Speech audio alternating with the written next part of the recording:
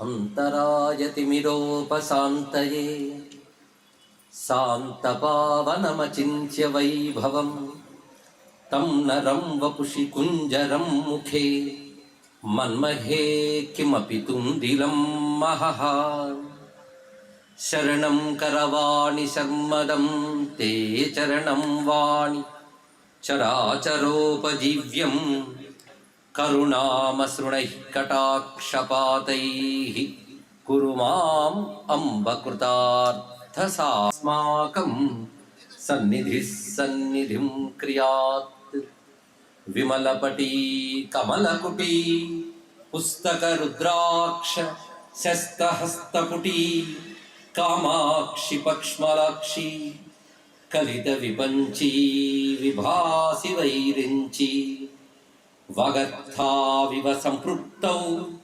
वागर्थप्रतिपत्तये जगतः पितरौ वन्दे पार्वती परमेश्वरौ गुरवे सर्वलोकानां भिषजे भवरोगिणां निधये सर्वविद्यानां दक्षिणामूर्तये नमः। नारायणसमारम्भां व्यासशङ्करमध्यमाम् अस्मदाचार्यपर्यन्तां वन्दे गुरुपरम्पराम्। नारायणं नमस्कृत्य नरं चैव नरोत्तमं देवीं सरस्वतीं व्यासं ततो जयमुदीरयेत्। यज्ञेश अच्युत गोविंद माधव अनंत केशव कृष्ण विष्णु हृषीकेश वासुदेव नमोस्तुते। कुंडलीकृत नागेन्द्रं खंडेन्दुकृतशेखरं पिंडीकृत महाविघ्नं डुंडिराजं नमाम्यहम्। विश्वेशं माधवं डुंडिं दंडपाणिं च भैरवं वंदे काशीं गुहां गंगां भवानीं मणिकर्णिकाम्।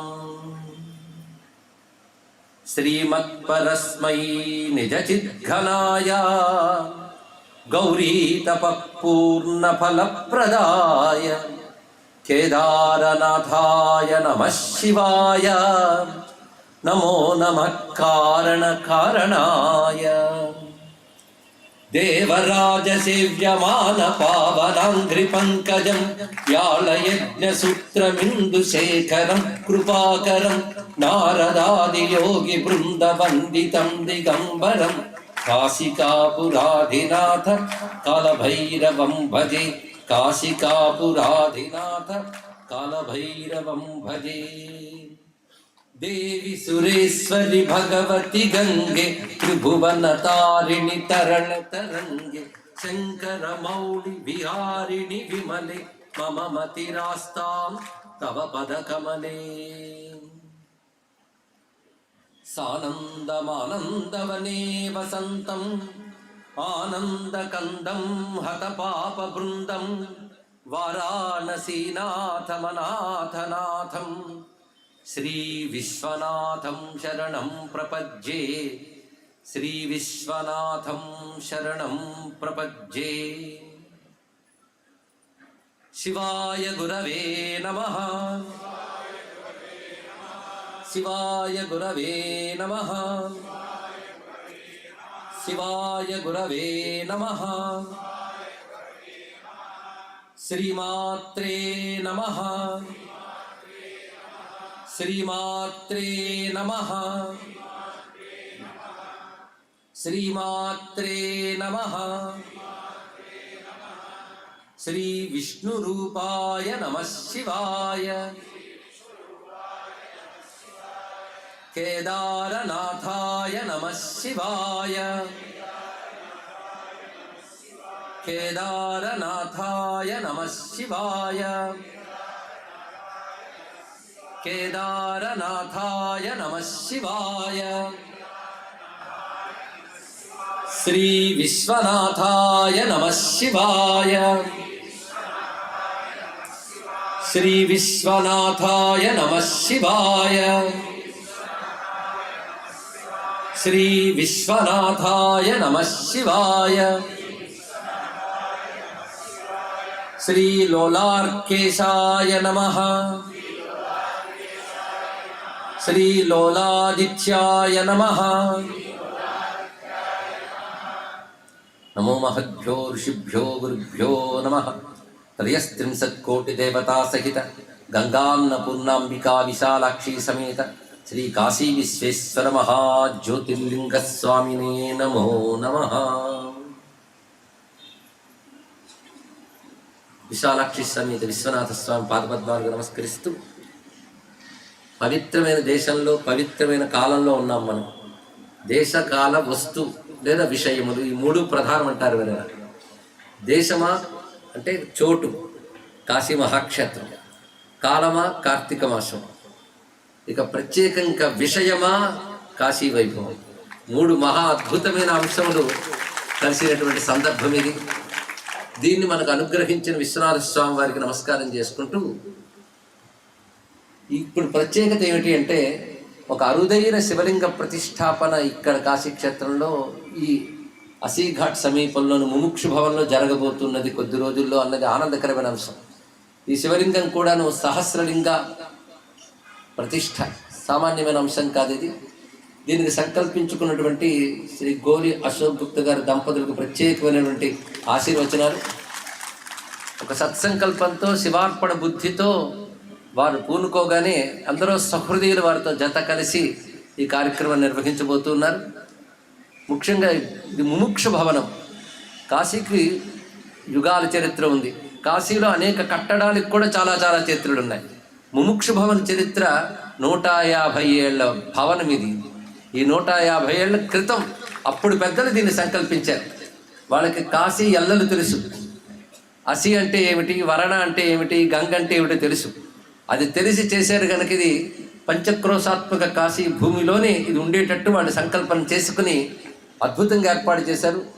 ఇందులో ప్రతి మట్టి కణం కూడా శివలింగంగా భావిస్తారు పవిత్రంగా. అటువంటి ధార్మికులు, శ్రద్ధాళువులు, నిస్వార్థపరుని శివభక్తుల వల్ల నిర్మించబడ్డటువంటి ముముక్ష భవనం. మనం ఇక్కడ కూర్చున్న చోటు మిగిలినటువంటి చోట్ల పోలిస్తే చిన్నది. ఇంకా ఎన్ని అద్భుతమైన కట్టడాలు ఉన్నాయో ఆ కట్టడాల వెనకాల చరిత్ర ఉన్నది. రమ్యమైన ఆలయాలు ఉన్నాయి. ఇలాంటి ముముక్ష భవన ప్రాంగణంలో ఒక భవ్యమైన ఆలయం మన తెలుగు వారి ద్వారా వస్తున్నందుకు మరొక ఆనందించదగ్గ అంశం. అయితే ఇదివరకు కాశీలో నేను చాలా విషయాలు ప్రసంగించిన విషయం ఇక్కడ వాళ్ళందరికీ తెలుసు. వచ్చిన వాళ్ళల్లో కేవలం మన తెలుగునాట నుంచి మాత్రమే కాకుండా బహుప్రాంతాల నుంచి వచ్చిన వాళ్ళు ఉన్నారు.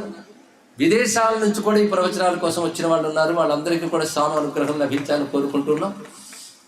ఇక్కడ సుమారు 20 ఏళ్ల పైచులకు ప్రతి ఏడాది వచ్చి ఏదో చెప్పిన విషయం చెప్పకుండానే వెళుతూ వస్తున్నాం. అనేక విషయాలు చెప్పుకుంటాం. కాశీఖండం విస్తారంగా చెప్పుకోవడం జరిగింది. అలాగే ఒక 2 ఏళ్ల క్రితం శివరహస్యం అనే ఒక ఉద్గ్రంథంలో కాశీ రహస్యం అనే అంశాన్ని చెప్పుకున్నాం. ఈ క్షేత్రంలో, ఇక్కడ కాదు, ఈ కాశీ క్షేత్రంలో ఇంకా శివపురాణం కానివ్వండి, ఇంకా అనేక విషయాలు చెప్పుకున్నాం. ఈసారి ఇక్కడ ఎంచుకున్నది ఇంతవరకు ఎక్కడా చెప్పనటువంటి అంశాన్ని ఎంచుకోవడం జరిగింది. అది బ్రహ్మవైవర్త పురాణాంతర్గతమైనటువంటి కాశీ రహస్యం. అదే కాశీ వైభవం పేరుతో మనం ఆవిష్కరించుకోబోతున్నాం. ఇది బ్రహ్మవివర్త పురాణంలో చెప్పబడుతున్నటువంటి అంశం. ఇది స్కాంద పురాణంతో అనుబంధమే. స్కాంద పురాణాంతర్గతమైన 50 ఖండాలలో ఒకటి కాశీఖండం. బ్రహ్మవివర్త పురాణంలో ఉన్నటువంటిది కాశీ రహస్యం. అంటే ఎన్నెన్ని పురాణాల్లో ఎంతంత కాశీ గురించి చెప్పారు అంటే జీవితాంతం చెప్పుకోవాల్సిన సబ్జెక్టు కాశీకి ఉన్నది. చెప్పింది చెప్పకుండా చెప్పుకోవచ్చు, అంత ఉన్నది అని తెలుస్తున్నది. అన్ని పురాణాలు కాశీ విభావాన్ని చెప్తూ ఉన్నాయి. కానీ కాశీ రహస్యం ఒకటి, కాశీఖండం ఒకటి కొన్ని వందల సంవత్సరాల నుంచి కూడా భారతదేశం అందరిని ప్రభావితం చేశాయి. అలాంటి ఉత్కృష్టమైన గ్రంథం కాశీ రహస్యం. ఈ కాశీ రహస్యం చెప్పినటువంటి మహానుభావుడు వేదధర్ముడు అనేటువంటి ఒక తపస్వి బోధించినటువంటి విషయం ఇది. కాశీ రహస్యం అంతా కూడా తన శిష్యుడిపై వాత్సల్యంతో చెప్తాడు. ఈ వేదధర్ముడు ఆయన శిష్యుడి కథ మనకి దత్తపురాణంలో కూడా వస్తున్నది. అక్కడ కథ ఇక్కడ ఉన్నది. అంటే అక్కడ దత్త చరిత్ర, ఇక్కడ కాశీ చరిత్ర. ఏది చెప్పుంటాడు ఆయన? ఏదో ఒకటి చెప్పుండాలి కదా, రెండు చెప్పాడా అంటే దత్తపురాణం జాగ్రత్తగా చదివితే దత్త చరిత్ర చెప్పడానికి ముందు కాశీ వైభవాన్ని చెప్తాడు వేదధర్ముడు. అక్కడ క్లుప్తంగా ఉంటుంది. అక్కడ ఏదైతే క్లుప్తంగా వ్యాసుడు రాశాడో దాన్ని విస్తారంగా చూపిస్తాడు కాశీ రహస్యంలో. అలా పురాణాలు మనం సమన్వయించుకోవాలి. ఇక్కడ చెప్పిందంతా అక్కడ దత్త కథ ప్రధానం కనుక ఇది క్లుప్త రూపంలో అక్కడ రాయించాడు వ్యాసుడు. ఇక్కడికి వచ్చేటప్పటికి ఉన్నది ఉన్నట్టుగా యథాతథంగా చూపించాడు కనుక మనకు విస్తారంగా కనబడుతుంది. ఇందులో కాశీఖండంలో బట్టి కొన్ని విషయాలు ఉన్నప్పటికీ కూడా కాశీఖండంలో చెప్పని ఎన్నో విషయాలు ఇందులో ఉన్నాయి. ఇందులో చెప్పని ఎన్నో విషయాలు కాశీఖండంలో ఉన్నాయి. అంటే రెండు రాసిన వాడు వ్యాసుడే కనుక అక్కడ కొన్ని ఇక్కడ కొన్ని చెప్పున అన్నీ చెప్పాడు వ్యాస భగవానుడు. కాశీ రహస్యం, కాశీఖండం ఇవన్నీ కలుపుకుంటూ ఒక సమగ్రమైన కాశీ చరిత్ర మనకి లభ్యమవుతుంది. మహర్షి వేదవ్యాసుడు అష్టాదశ పురాణాల్లో ఒకటైన బ్రహ్మవివర్త పురాణంలో ఈ కాశీ రహస్యాన్ని మనకి అందిస్తున్నాడు. సుమారు 36 అధ్యాయాల గ్రంథం ఇది. ఇక్కడ దీంట్లో విశేషమైన అంశములు ఎన్నో ఉన్నాయి. పైగా దీని పేరు కాశీ రహస్యం. ఎందుకు ఆ పేరు పెట్టారు అంటే ప్రకటంగా కనబడేది, ఇంద్రియాలకు గోచరించేదాన్ని మనం ప్రకట విషయం అంటాం. ఇంద్రియాలతో తెలుసుకోలేని దాన్ని రహస్య విషయం అంటాం. ఇంద్రియాలతో తెలిసేవన్నీ కూడా సామాన్య విషయములే. విజ్ఞాన శాస్త్రం కూడా ప్రకట శాస్త్రం అనే చెప్పాలి. సైన్స్ ఉంది, సామాన్యులకు సైన్స్ అర్థం కాదు. అప్పుడు సైన్స్ కూడా సామాన్యులకి తెలియనిది కదా, అది కూడా రహస్యం అవుతుందా అంటే అలా అనడానికి వీలు లేదన్నారు. ఎందుకంటే సామాన్యుడైనా సరే, తెలుసుకోలేకపోయినా సరే, అది విజ్ఞానం భౌతికమే కదా అందుకే భౌతికమే అనిపించుకుంటుంది అన్నారు. కనుకనే సైన్స్ కూడా తెలుసుకోలేని సత్యం ఏదైతే ఉంటుందో దానికి రహస్యం అని పేరు పెట్టాలి ఇక్కడ. అది కాశీ రహస్యం అంటే ఇప్పుడు మనం భౌతికంగా కళ్ళతో చూసేది కాదు, చరిత్రతో వెతికేది కాదు, అలాగే మన దుర్బిణీలు టెలిస్కోపులు తెస్తే కనబడేది కాదు. కేవలం తపోదృష్టికి మాత్రమే కనబడే ఒక సత్యం. అంతేకాని తపోదృష్టికి వచ్చి కనబడదు. అది ఉంది, రావాల్సిన అవసరం లేదు.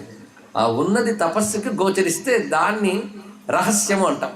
ఈ రహస్య శబ్దం మనం శాస్త్రంలో, మంత్రశాస్త్ర విషయంలో, వేదాంత శాస్త్ర విషయంలో కూడా రహస్య శబ్దం మనం వాడుతూ ఉంటాం. అందుకే లలిత రహస్యనామాలు అంటాం ఇక్కడ. అంటే రహస్య శబ్దం వాడిని చోటు బట్టి చెప్పాలి. అందుకే నీకు రహస్యం చెప్తాను అని ఎవరైనా పిలిస్తే మంత్రం చెప్తారు అనుకోవద్దు. లోక వ్యవహారంలో వాడే పదాలు వేరు, శాస్త్ర వ్యవహారంలో వాడే పదాలు వేరు. అది శాస్త్ర ప్రకారంగా రహస్య శబ్దం చాలా దివ్యమైనది. అందుకే కాశీ రహస్యం, ఈ రెండు మాటల గురించి మాట్లాడుకున్నా చాలా ఉంటుంది ఇక్కడ. ఆ మాటకు వస్తే కాశీయే రహస్యం అయ్యా, మళ్ళీ కాశీ రహస్యం ఏమిటి అన్న విషయం కాశీ రహస్యం విన్నాకగానే అర్థం కదా మనకి. అలాంటి భవ్యమైన కాశీ రహస్యం ప్రారంభమే చాలా చిత్రంగా ఉంటుంది. ఇందులో యుగముల లక్షణం మొదట ప్రస్తావన చేస్తాడు. యుగాల్లో ప్రతి యుగానికి ఒక స్వరూపం ఉంటుంది. సత్యయుగం అనగా కృతయుగం, త్రేతాయుగం, ద్వాపర యుగం, కలియుగం.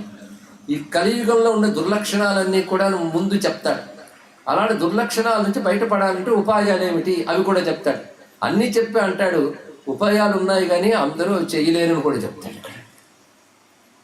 అలాంటప్పుడు సులభోపాయాలు ఏమిటని మళ్ళీ చెప్పాలి.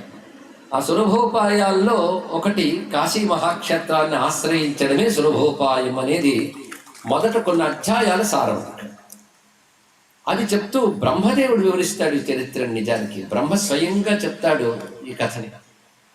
ఆ బ్రహ్మ చెప్తున్నటువంటి వృత్తాంతంలో ప్రారంభమవుతుంది వేదధర్ముడి వృత్తాంతం. అస్తి గోదావరీ తీరే మునేరాంగిరస శివ ఆశ్రమ సర్వైర్విక్షాత పుణ్యద్రుమ మృగాకులం బ్రహ్మ క్షత్రశ్రయస్తత్ర తప్యంతే తప ఉత్తమం. గోదావరి నదీ తీరంలో అంగీరస మహర్షి ఆశ్రమం ఉన్నది. అక్కడ బ్రహ్మర్షులు, రాజర్షులు మొదలైన వారు తపస్సు చేస్తుంటారు. అలాంటి తపస్సుల మండలంలో ఒక ఉదాత్తమైన స్థాయిలో గురువుగా ప్రకాశిస్తున్నటువంటి వాడు తన్మధ్యే వేద ధర్మాచ ఋషి పైలాత్మజ కృతి. పైలాత్మజుడు అంటే పైలుడు అనేవాడి యొక్క పుత్రుడు ఈ వేదధర్ముడు. పైలుడు ఒక మహర్షి. చాలా మందిగా పైల మహర్షి పేరు విని ఉంటారు. వ్యాసుని శిష్యుల్లో పైల, సుమంత, జైమిని, వైశంపాయన నలుగురు. అందులో పైలుని యొక్క పుత్రుడు ఈ వేదధర్ముడు. ఆయన వద్ద అనేక మంది శిష్యులు వేదాంగ పారగలై ఉన్నారు. అనేక శాస్త్రములు అధ్యయనం చేస్తున్న వారు ఉన్నారు. తస్య శిష్యాస్తు బహవో వేదాంగ పారగాః తేషాం సందీపకో నామ శిష్యో గురుపరాయణః. అలాంటి వేదధర్ముని వద్ద ఉన్నటువంటి శిష్యుల్లో సందీపకుడు అనొక శిష్యుడున్నాడు. పైగా ఆయన నైష్ఠికంగా ఉంటూ ఉన్నాడు అన్నాడు. నైష్ఠికో న్యవస గేహే గురోహో. ఈ నైష్ఠిక శబ్దం ఎప్పుడు చెప్తారు అంటే, గురువు దగ్గర విద్య నేర్చుకోవడానికి వచ్చినటువంటి విద్యార్థుల్లో వేదాధ్యయనం చేసే వాళ్ళు ఎవరైతే ఉంటారో వాళ్ళు బ్రహ్మచారులు అంటారు. ఇక్కడ ఆ వేదాధ్యయనం చేసేటప్పుడు నిరంతరం గాయత్రి జపం చేసుకుంటూ వేదాధ్యయనం చేస్తున్నటువంటి వారు సావిత్ర బ్రహ్మచర్యం అని వారికి పేరు. అలా గురువు ద్వారా విద్య నేర్చుకోగానే వారికి వివేక వైరాగ్యాలు కలిగి ఇంకా గృహస్థాశ్రమ స్వీకారం కూడా చెయ్యకుండా కేవలం మోక్షమే ప్రధానమని ఎవరైతే ఉంటారో వాళ్ళు మరి ఇటు అటు వెళ్లకుండా గురువుని ఆశ్రయించుకుని గురుసేవ చేస్తుంటారు. లేదా సన్యసించాలి, సన్యసించలేకపోతే గురువు దగ్గరైనా ఉంటూ వైరాగ్యంతో తత్వ విచారణ చేస్తే దాన్ని నైష్ఠిక బ్రహ్మచారి అంటారు. ఇతను నైష్ఠిక బ్రహ్మచారిగా గురువు దగ్గర ఉండిపోయాడు సందీపకుడు. అలాంటి ఆ బ్రహ్మచారితో ఒకసారి గురువు అంటున్నాడు బహుకాలం అయిన తర్వాత, ఎందుకంటే గురువు దగ్గర అప్పుడే శిక్షితుడైపోయాడు సర్వవేద శాస్త్రాల్లో. అలాంటి అతనితో గురువు ఒకసారి చెప్తూ, నీతో ఒక పని పడింది నాకు, నేను చెప్పినట్టు చేస్తావా? అయితే నీకు బలవంతం మాత్రం పెట్టను, గురువాజ్ఞ చేసి తీరాలి ఇలా నేను అన్నాను. అది నువ్వు అనుకోవడం మీద ఆధారపడుతుంది. కొన్ని గురువు ఆదేశిస్తాడు, ఒక్కొక్కప్పుడు గురువు నాకు చేస్తావా అని అడగవచ్చు, సహాయపడతావా అన్నట్టు. అలా నేను అడుగుతున్నాను, నువ్వు ఆలోచించి నిర్ణయం చెప్పున్నాను. అదేమిటంటే విచార్య వద మత్పృష్టం ఎది కర్తుం క్షమోహ్యసి. నేను చెప్పిన దాన్ని విని ఆలోచించి నీకు చెయ్యగలిగే సమర్థత ఉంటే చెప్పు, అంతేగాని మొహమాట అనుకుని చేసేస్తాను అనకు. ఎందుకంటే నేను ఇవాళ ఈ జన్మలో ఉన్న గత జన్మలు లేనిది ఈ జన్మ రాదు కదా. అనేక జన్మల్లో అనేక రకాలు చేస్తూ ఈ జన్మలోకి వస్తాం. మనుష్యుడు తనకు ఊహ తెలిసిన దగ్గర నుంచి తగిన సంస్కారం పొంది చేయవలసిన పని ఏమిటి అంటే, తన గత జన్మల నుంచి పోగు చేసుకున్న సంస్కారములన్నింటినీ కూడా తొలగించుకుని మంచి సత్సంస్కారాలు అలవాటు చేసుకుని తరించడానికి ప్రయత్నం చేయాలి. ఇది మానవ జన్మకి పరమార్థం, ఇది జీవన విధానమే ఇది అని భారతీయ సంస్కృతి శాసిస్తుంది. అందుకే మన నిత్య నైమిత్తికాది కర్మలు ఎందుకంటే జీవుణ్ణి శుద్ధి చేసుకోవడం కోసమే. ఈ కోణంలో ఆలోచిస్తే చాలు. ఇక్కడ ఎందుకు చేస్తున్నావయ్యా అంటే, నిత్య నైమిత్తిక కర్మలు అంటే నేను అనుకున్నవన్నీ నెరవేరడం కోసం అండి కాదుట, చిత్తశుద్ధ్యర్థం. చిత్తశుద్ధి అంటే అర్థం ఏంటంటే, అనేక జన్మల మాలిన్యములు ఉంటాయి, కర్మజన్మ మాలిన్యాలు, వాటిని తొలగించుకోవడం కోసం చేసే పని ఏదైతే ఉందో అది సత్కర్మ అవుతుంది. అది తొలగితే వచ్చే స్థితి పేరు చిత్తశుద్ధి అంటారు ఇక్కడ. అందుకే చిత్తశుద్ధి చాలా ప్రధానం. అందుకే చిత్తస్య శుద్ధయే కర్మ అని పెద్దలు ఎప్పుడు తీర్మానించారు. అది చెయ్యకపోతే దోషాలు వస్తాయి, చేస్తే చిత్తశుద్ధి వస్తుంది. సకామంగా చేసేమనుకోండి, కొన్ని నెరవేరితే కొన్ని నెరవేరు, కర్మబలాలు ఉంటాయి కదా, మళ్ళీ జన్మలు వస్తాయి. అదే చిత్తశుద్ధ్యర్థం చేసేమనుకోండి, ఫలాకాంక్ష లేకుండా చిత్తశుద్ధి ప్రధానమని చేస్తాం కనుక అది క్రమంగా చిత్తశుద్ధినిచ్చి భగవత్ కృపని ఇచ్చి జ్ఞానాన్ని మోక్షాన్ని ఇస్తుంది. ఇది జీవిత పరమార్థమని శాస్త్రాలన్నీ చెప్పినది ఇది అంశం. అందుకే మానవుడు పుట్టిన దగ్గర నుంచి చేయవలసింది, పుట్టిన దగ్గర నుంచి కంటే తగిన సంస్కారం పొందిన దగ్గర నుంచి చేయవలసినది తనను తాను శుద్ధి చేసుకోవడమే. దీన్ని మరొక మాట పాపక్షయార్థం మరొకంటారు. ఈ రెండు మనం రోజు సంకల్పంలో అంటూ ఉంటాం, మర్చిపోతాం కదా. మమ ఉపాత్త దురిత క్షయార్థం, తర్వాత పరమేశ్వర ప్రీత్యర్థం. ముందు మమ ఉపాత్త దురిత క్షయార్థం చిత్తశుద్ధి. చిత్తశుద్ధి లేకపోతే ఈశ్వర ప్రీతి కూడా రాదని ఆ వరుస క్రమంలోనే మనకు అర్థమైపోయింది కదా. లేదు ఈశ్వర ప్రీత్యర్థం చిత్తశుద్ధి అర్థం లేదు. ముందు ఉపాత్త దురిత క్షయార్థం, తర్వాత చిత్తశుద్ధ్యర్థం, ఈ రెండు కావాలి. అలాగా పూర్వజన్మ సహస్రేషు యాన్యఘాని కృతాని మే తాని సర్వాణి శనైః క్షాళితాని తపోబలాత్. నేను గత జన్మల నుంచి చేసినటువంటి అనేక రకాల పాపాలని నా తపోబలం వల్ల క్షయింపజేసుకున్నాను. అనేక పాపాలని క్షయింపజేసుకున్నాను. కానీ తాని సర్వానికి శనైః క్షాళితాని, నెమ్మదిగా అంటే ఒక్క పూటలో పోయే పాపమా, అనేక జన్మల నుంచి చేసిన దాన్ని ఒక్క పూటలో పోతుందా? అందుకే నా తపోబలంతో నెమ్మదిగా క్షయింపజేసుకున్నాను. అయితే పాపాలు ఎలా ఉంటాయి అంటే, అది మనోవాక్కార్యములతో మూడిటితో చేసినవే పాపములు. వాటిని తొలగించుకోవడం ఎందుకు అంటే మోక్ష విఘ్నకరాణి. ప్రతి మాట ఒక సూత్రం లాంటిదండి. ఏది పాపాలు తొలగించకపోతే నష్టం ఏమిటండి అంటే మోక్ష విఘ్నకరాణి. పాపాలు ఉంటే గల మోక్షం అనేది అసలు రాదు. అది ఉన్న పాపాలు పోతే కానీ ముముక్షత్వమే రాదు. మోక్షం ఏమిటి? మన ఉన్నది ముముక్షు భావన. ఇవాళ ఎవరో అడిగారు ముముక్షు అంటే ఏమిటి అని. చాలామంది తెలుసు, కానీ మోక్షం కావాలని కోరిక ఉన్నవాడిని ముముక్షు అంటారు. ఇక్కడున్న వాళ్ళందరూ ముముక్షులోనే భావంతో కట్టారు వాళ్ళు. అవునో కాదు ఈశ్వరుడికి తెలియాలి. మోక్షం కావాలని తీవ్రేచ్ఛని ముముక్షుతోనట, మామూలు ఇచ్చ కాదుట. మోక్షం కావాలని తీవ్రేచ్ఛ. ఏ ఇచ్చ అయినా తీవ్రేచ్ఛ అయితే కానీ ఫలించదండి, గుర్తుపెట్టుకుని. కోరికలు తీవ్రములైనప్పుడే సాధింపజేసుకుంటాం. అదే నాకు కోరుకుందని నేను ఎప్పుడో అనుకుంటే లాభం లేదు. అంటే తీవ్రమైన మోక్షకాంక్షని ముముక్షుత్వం అనాలి అని పెద్దలు మనకి చెప్పారు ఇక్కడ. అది ముముక్షు అయిన వాడు మోక్ష విఘ్నకరములైనటువంటి వాక్కాయ మానసానీతి మోక్ష విఘ్నకరాణి, అటువంటి పాపముల్ని తొలగించే ప్రయత్నం చేశారు. అయితే తపోబలంతో కొంత తొలగించుకుంటూ కొన్ని అనుభవించక తప్పదు. అంతేగాని అన్ని తొలగించేసుకుంటే లాభం లేదు. కొన్ని తపోబలంతో క్షయింపజేస్తాం, మన దాకా రావు, వెళ్ళిపోతుంటాయి. అని మనం చేసేటప్పుడు అంటూ ఉంటాం కదా, పగలు చేసింది పగలే, రాత్రి చేసింది రాత్రే అని అంటూ ఉంటాం. యద్రాత్ర్యా కురుతే పాపం తద్రాత్ర్యాత్ ప్రతిముచ్యతే అని చెప్పినప్పుడు అర్థం ఏంటి? ఎప్పుడు చేసింది అప్పుడు తొలగించుకొని కొన్ని రోజు చేసే స్నానంలా. రోజు చేసే స్నానం ఎంత చేసినా అనారోగ్యాలు రాకుండా ఉంటాయండి. ఎలాగో వస్తున్నాయని స్నానం మానేస్తామా? నిత్యం చేసిన స్నానాధికాల వల్ల కావలసిన శుద్ధి వస్తున్నప్పటికీ కూడాను అవి వస్తూ ఉంటాయి. అలా కొన్ని పాపములు మాత్రం అనుభవం ద్వారానే పోతాయి తప్ప వాటిని తొలగించుకోలేము. అందుకు నేనేం చేస్తున్నానంటే, ఇప్పుడు అభుక్తాన్ని వినశ్యంతి నకదాచిదపి ధ్రువం. కొన్ని అనుభవించకపోతే ఎప్పుడు పోవు, కనుక అనుభవించవలసినవి ఉన్నాయి కొన్ని. అందుకు నేను ఇప్పుడు ఒక భయంకరమైన పాపం ఉంది, అది తొలగించుకొని ప్రయత్నిస్తున్నాను. అది ఈ జన్మలో చేసేది కాదు, గత జన్మల నుంచి వచ్చినది. అయితే గత జన్మల నుంచి ఒక పాపం వచ్చిందని, అది నాకు అనుభవానికి రాబోతున్నదని మీకు ఎలా తెలుసు? అది మనకు ప్రశ్న రావాలి. తపోబలం ఉంది కనుక అది దివ్య దృష్టి. ఆ దివ్యమైన దృష్టి చేత తానేమిటి, తన కర్మలేమిటి కూడా తనకి తెలిసాయి. ఇది గొప్ప విషయం అండి ఇక్కడ గమనించవలసింది. దీన్ని బట్టి వేదధర్ముడు సామాన్యుడు కాడు, మహాతపస్వి. ఆ కారణం చేతనే ఆయనకు తన పూర్వజన్మల విశేషాలు తెలుసు. తన తపోబలంతో ఎంత క్షయింపు చేసుకున్నాడో తెలుసు. ఇప్పుడు ఏది తను తపోబలంతో క్షయింపు చేసుకోకూడదు, అనుభవంతో చేసుకోవాలి. అని అవశ్యం అనుభోక్తవ్యం అన్నది. అంటే ఏదైనా ప్రారంభ కర్మే కదండి. అంటే కొన్ని సంచితాలు ఉంటాయి, ఇది కూడా తెలుసుకోవాల్సింది. కర్మల గురించి తెలుసుకుంటే కానీ కొన్ని అర్థం కావు మనకి. సంచితాలు అంటే ఇదివరకు చేసుకున్నవన్నీ ఉన్నాయి, తర్వాత జన్మలకు కూడా సిద్ధంగా ఉంటాయి. అంటే మనం ఇంకా పోకముందే కొన్ని జన్మలు సిద్ధంగా ఉన్నాయని గుర్తుపెట్టుకోవాలి. ఇప్పుడు పోగు చేసుకుని వచ్చే జన్మలోకి వెళ్తాం అనుకోవద్దు. వచ్చే జన్మలు ఇంకా చాలా ఇప్పటికే రెడీ చేసి ఉంటాయి. ఇప్పుడు మనం చేస్తున్న కర్మల్లో ఆ సంచితమైన కర్మల్ని తొలగించేటటువంటి ప్రయత్నం చేస్తే ఆ జన్మలు తగ్గుతాయి. ఈ జన్మ ఎలాగో అనుభవించక తప్పదు. ఎందుకంటే దీని పేరే ప్రారబ్ధం. ప్రారబ్ధం అంటే ప్రారంభింపబడినది, బిగన్ అని అర్థం. ఇక్కడ ప్రారంభింపబడింది కనుక కొనసాగబడుతుంది.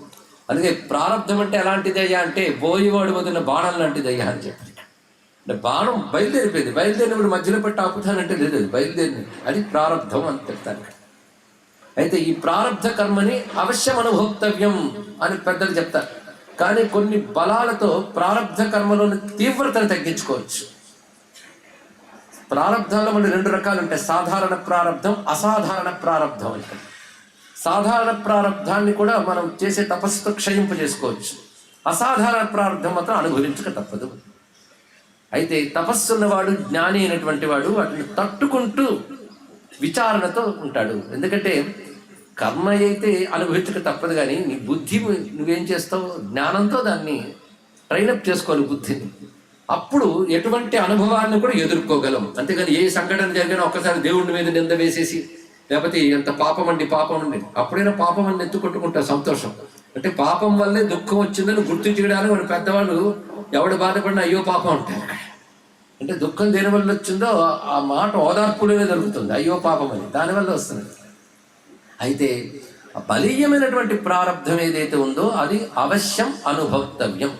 కాబట్టి అనుభవించే తొలగించుకుంటాను, అందుకు నేను సిద్ధపడుతున్నాను. అయితే అది ఎక్కడ అనుభవిస్తానంటే ఇప్పుడు ఈ గోదావరి తీరంలోని ఆశ్రమంలో కాదు, దానికి గాను నేను కాశీకి వెళ్ళబోతూ ఉన్నాను. నాతో పాటు తోడుగా వస్తావా నాకు సహాయం చేయడానికి? ఇది అడిగాడు ఆయన మొత్తానికి. వారాణస్యాం. అయితే అక్కడికి ఎందుకు వెళతావంటే స్వల్పమపి ప్రాయశ్చిత్తం మహాగహృత్. కాశీలో నేను చేసుకుంటాను, ప్రాయశ్చిత్త కర్మ చేసుకుంటాను. ప్రాయశ్చిత్తం అంటే చేసిన పాపములను తొలగించే ప్రయత్నం పేరు లేదా కర్మ పేరు ప్రాయశ్చిత్తం. ఈ ప్రాయశ్చిత్తం అనేది ఇక్కడ చేసుకోవచ్చు, కానీ ఇక్కడ చేసిన దానికి చేసినంతే వస్తుంది, పది ఎప్పుడో రావచ్చు. కానీ కాశీక్షేత్రంలో కొద్దిపాటి ప్రాయశ్చిత్త కర్మ చేసినప్పటికీ కూడా మహామహా పాపాన్ని తక్షణం దగ్ధం చేస్తుంది. అది కాశీక్షేత్రాలకు గొప్పతనం. అందుకే అంతర దేవుడు ఉన్నాడంటే ఈ మాట కబుర్లు మహర్షులకు చేత కావా? వాళ్ళు ఎందుకు క్షేత్రాలను ఆశ్రయించారు? క్షేత్రం చిత్తాన్ని శుద్ధి చేయడానికి, ఈశ్వరానుగ్రహం పొందడానికి. ఇది తెలుసుకోవాల్సింది. ఈ రెండిటి కోసమే క్షేత్రం అని తెలిసి ఎవడు క్షేత్రయాత్ర చేస్తాడో వాడు ధన్యుడు అవుతాడు. ఈ రెండు ప్రధానంగా పెట్టుకున్నావా? అందుకే నేను ఒక ప్రాయశ్చిత్తం చేసుకుంటాను. సర్వశాస్త్రవేత్త గనక ఎలాంటి పాపం రాబోతోంది, దానికి ఏం ప్రాయశ్చిత్తమో తనకు తెలుసు. అయితే ఆ ప్రాయశ్చిత్త కర్మ నేను ఇక్కడ చేసుకోను, అక్కడికి వెళ్తాను. అది అనుభవిస్తూ దానికి తగ్గ జపం తపం ఏవో నేను చేసుకుంటాను, అనుభవిస్తూ. అంటే ఇక్కడ తొలగించుకుంటా. నేను అనుభవానికి వెళ్తున్నాను గనక నువ్వు నాకు శుశ్రూష చేస్తూ ఉండగలవా? శుశ్రూషా త్వయా కార్య వదవత్స మహామతే. ఓ బుద్ధిమంతుడా నాయన, నువ్వు ఆలోచించి చెప్పు, వస్తావా అన్నాడు. అందుకని వెళ్తున్నాను, నువ్వు రా అనలేదు. చూడండి, అయితే ఎంతో కాసేపు సమయం ఇవ్వండి, ఆలోచించి చెప్తాను అనలేదు. అది వెంటనే సంతోషించి నమస్కారం చేసి, నాకు ఒక ఆశ్చర్యం కలుగుతున్నది. మీరు ఇంత తపస్సు ఉంది కదా, మీ సంకల్ప మాత్రం చేతనో తపస్సు ధారపోస దాన్ని దగ్ధం చేసేసుకోవచ్చు కదా. నేను ఇంత వివరించని నీకు తెలియలేదనైనా కొన్ని అనుభవించవలసినదే, ఇది తెలుసుకో. పైగా జీవిత మనుజయనేహ ప్రాయశ్చిత్తం కృతన్న చేత్ తస్య బుద్ధి భజంచేవా పాపాని వివిధాని చ. ఈ శ్లోకములు గుర్తు పెట్టుకోవలసిన శ్లోకాలండి. కాలక్షేపంగా వినదగ్గ విషయం ఒక్కటి లేదని శ్రోతలందరూ శ్రద్ధగా గమనించవలసిన అంశం. గొప్ప మాట ఏమిటంటే, ప్రాయశ్చిత్తంగాని చేసుకోకపోతే ఏమొస్తుంది? ప్రాయశ్చిత్తం చేసుకోకపోతే బుద్ధి ఇంకా పాపపు ఆలోచనల్లోకి వెళుతుంది, పాపాచరణ వైపు ప్రేరేపింపబడుతుంది. ఇది ప్రధానమైనది. అందుకే ప్రాయశ్చిత్తం చేసుకుంటే బుద్ధికి పాప సంస్కారం ఉండవు, పాపం చేయాలని ఆలోచన రాదు. అందుకు చేసుకుని తీరాల్సమా, అందుకు వెళుతున్నాను. పైగా నేను అనుభవించే పాప ఫలం ఎలాంటిదో తెలుసా? మామూలు కాదు. అహం కుష్ఠీ భవిష్యామి చక్షుర్హీనస్థ శుభ్రత. నేను కుష్ఠవ్యాధిని, గుడ్డితనాన్ని తీసుకోబోతున్నాను. అది రాబోతోంది నాకు.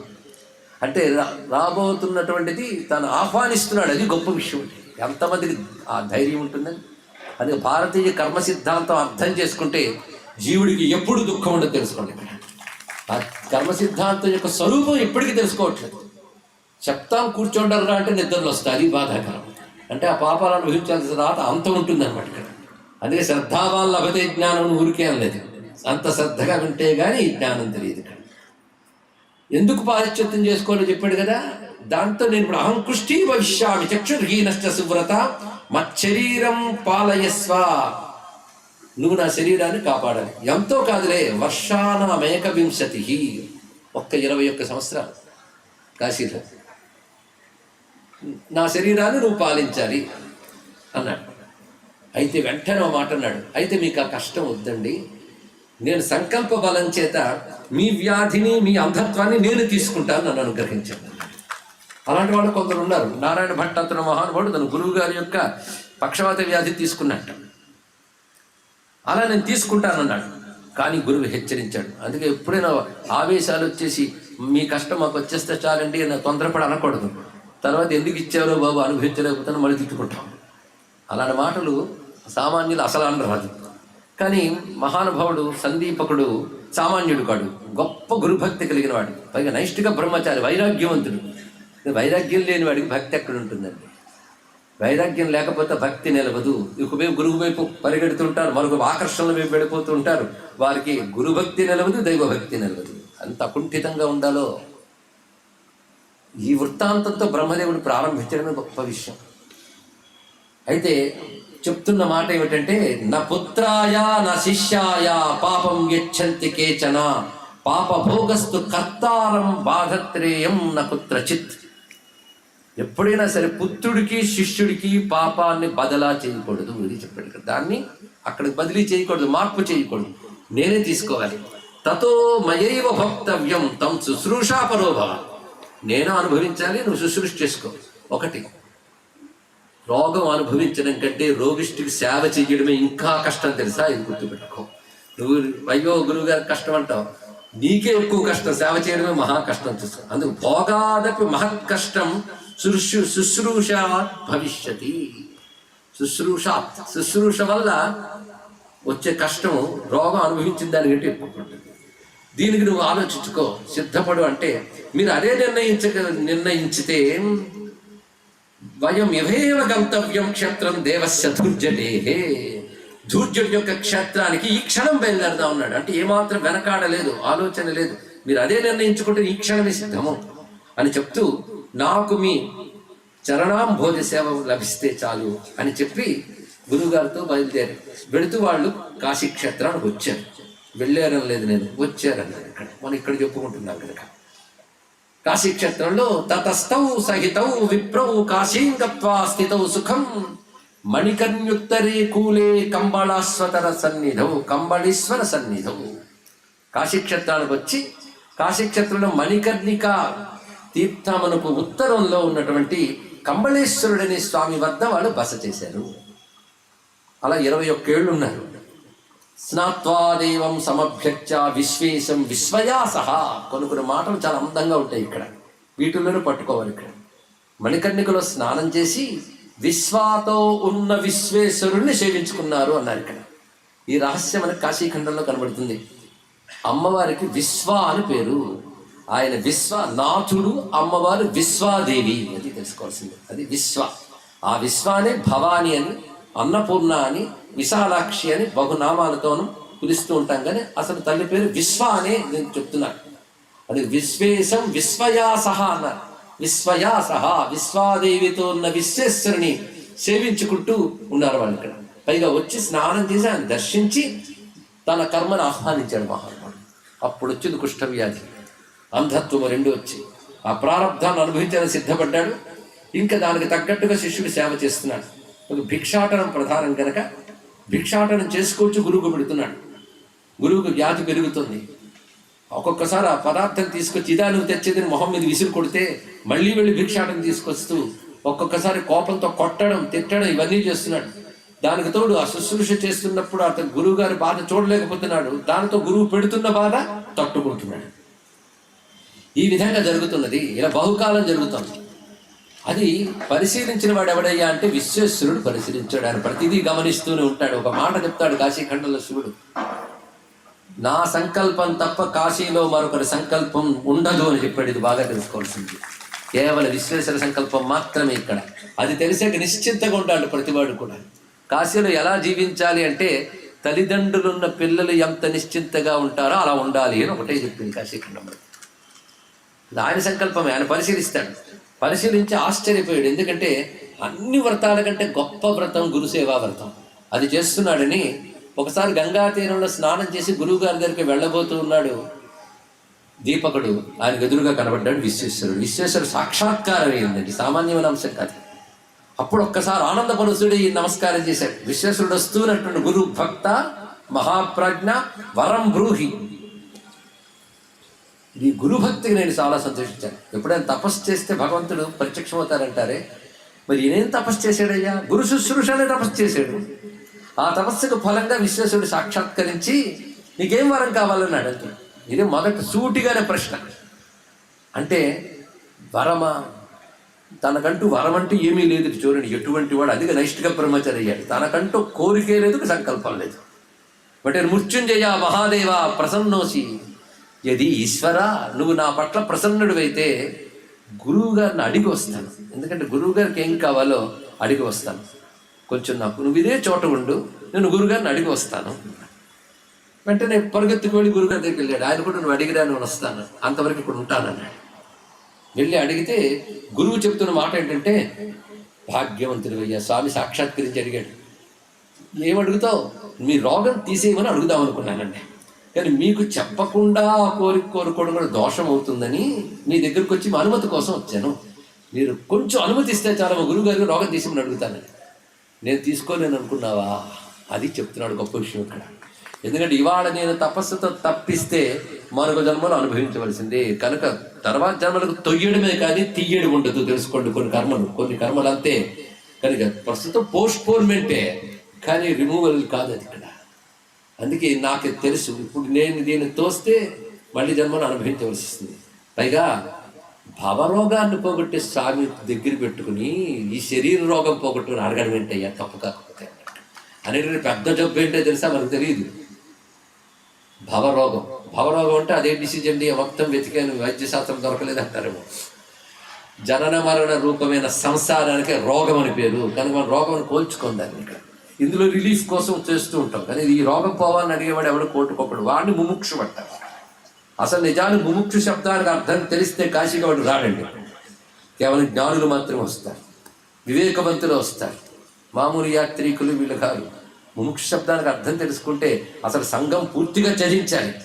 కీర్తికాంక్షలు ధనకాంక్షలతో కాశీకి అడుగు పెడితే వాడు ముముక్షు ఎలా అవుతాడు? ఇక్కడ పుట్టి వ్యాపారం చేసుకునే వాళ్ళ విషయం వదిలేయండి. కానీ కాశీకంటూ వచ్చేమో అంటే ముముక్షుత్వమే కాశీకి రావడానికి అర్హత, కాశీలో ఉండడానికి అర్హత.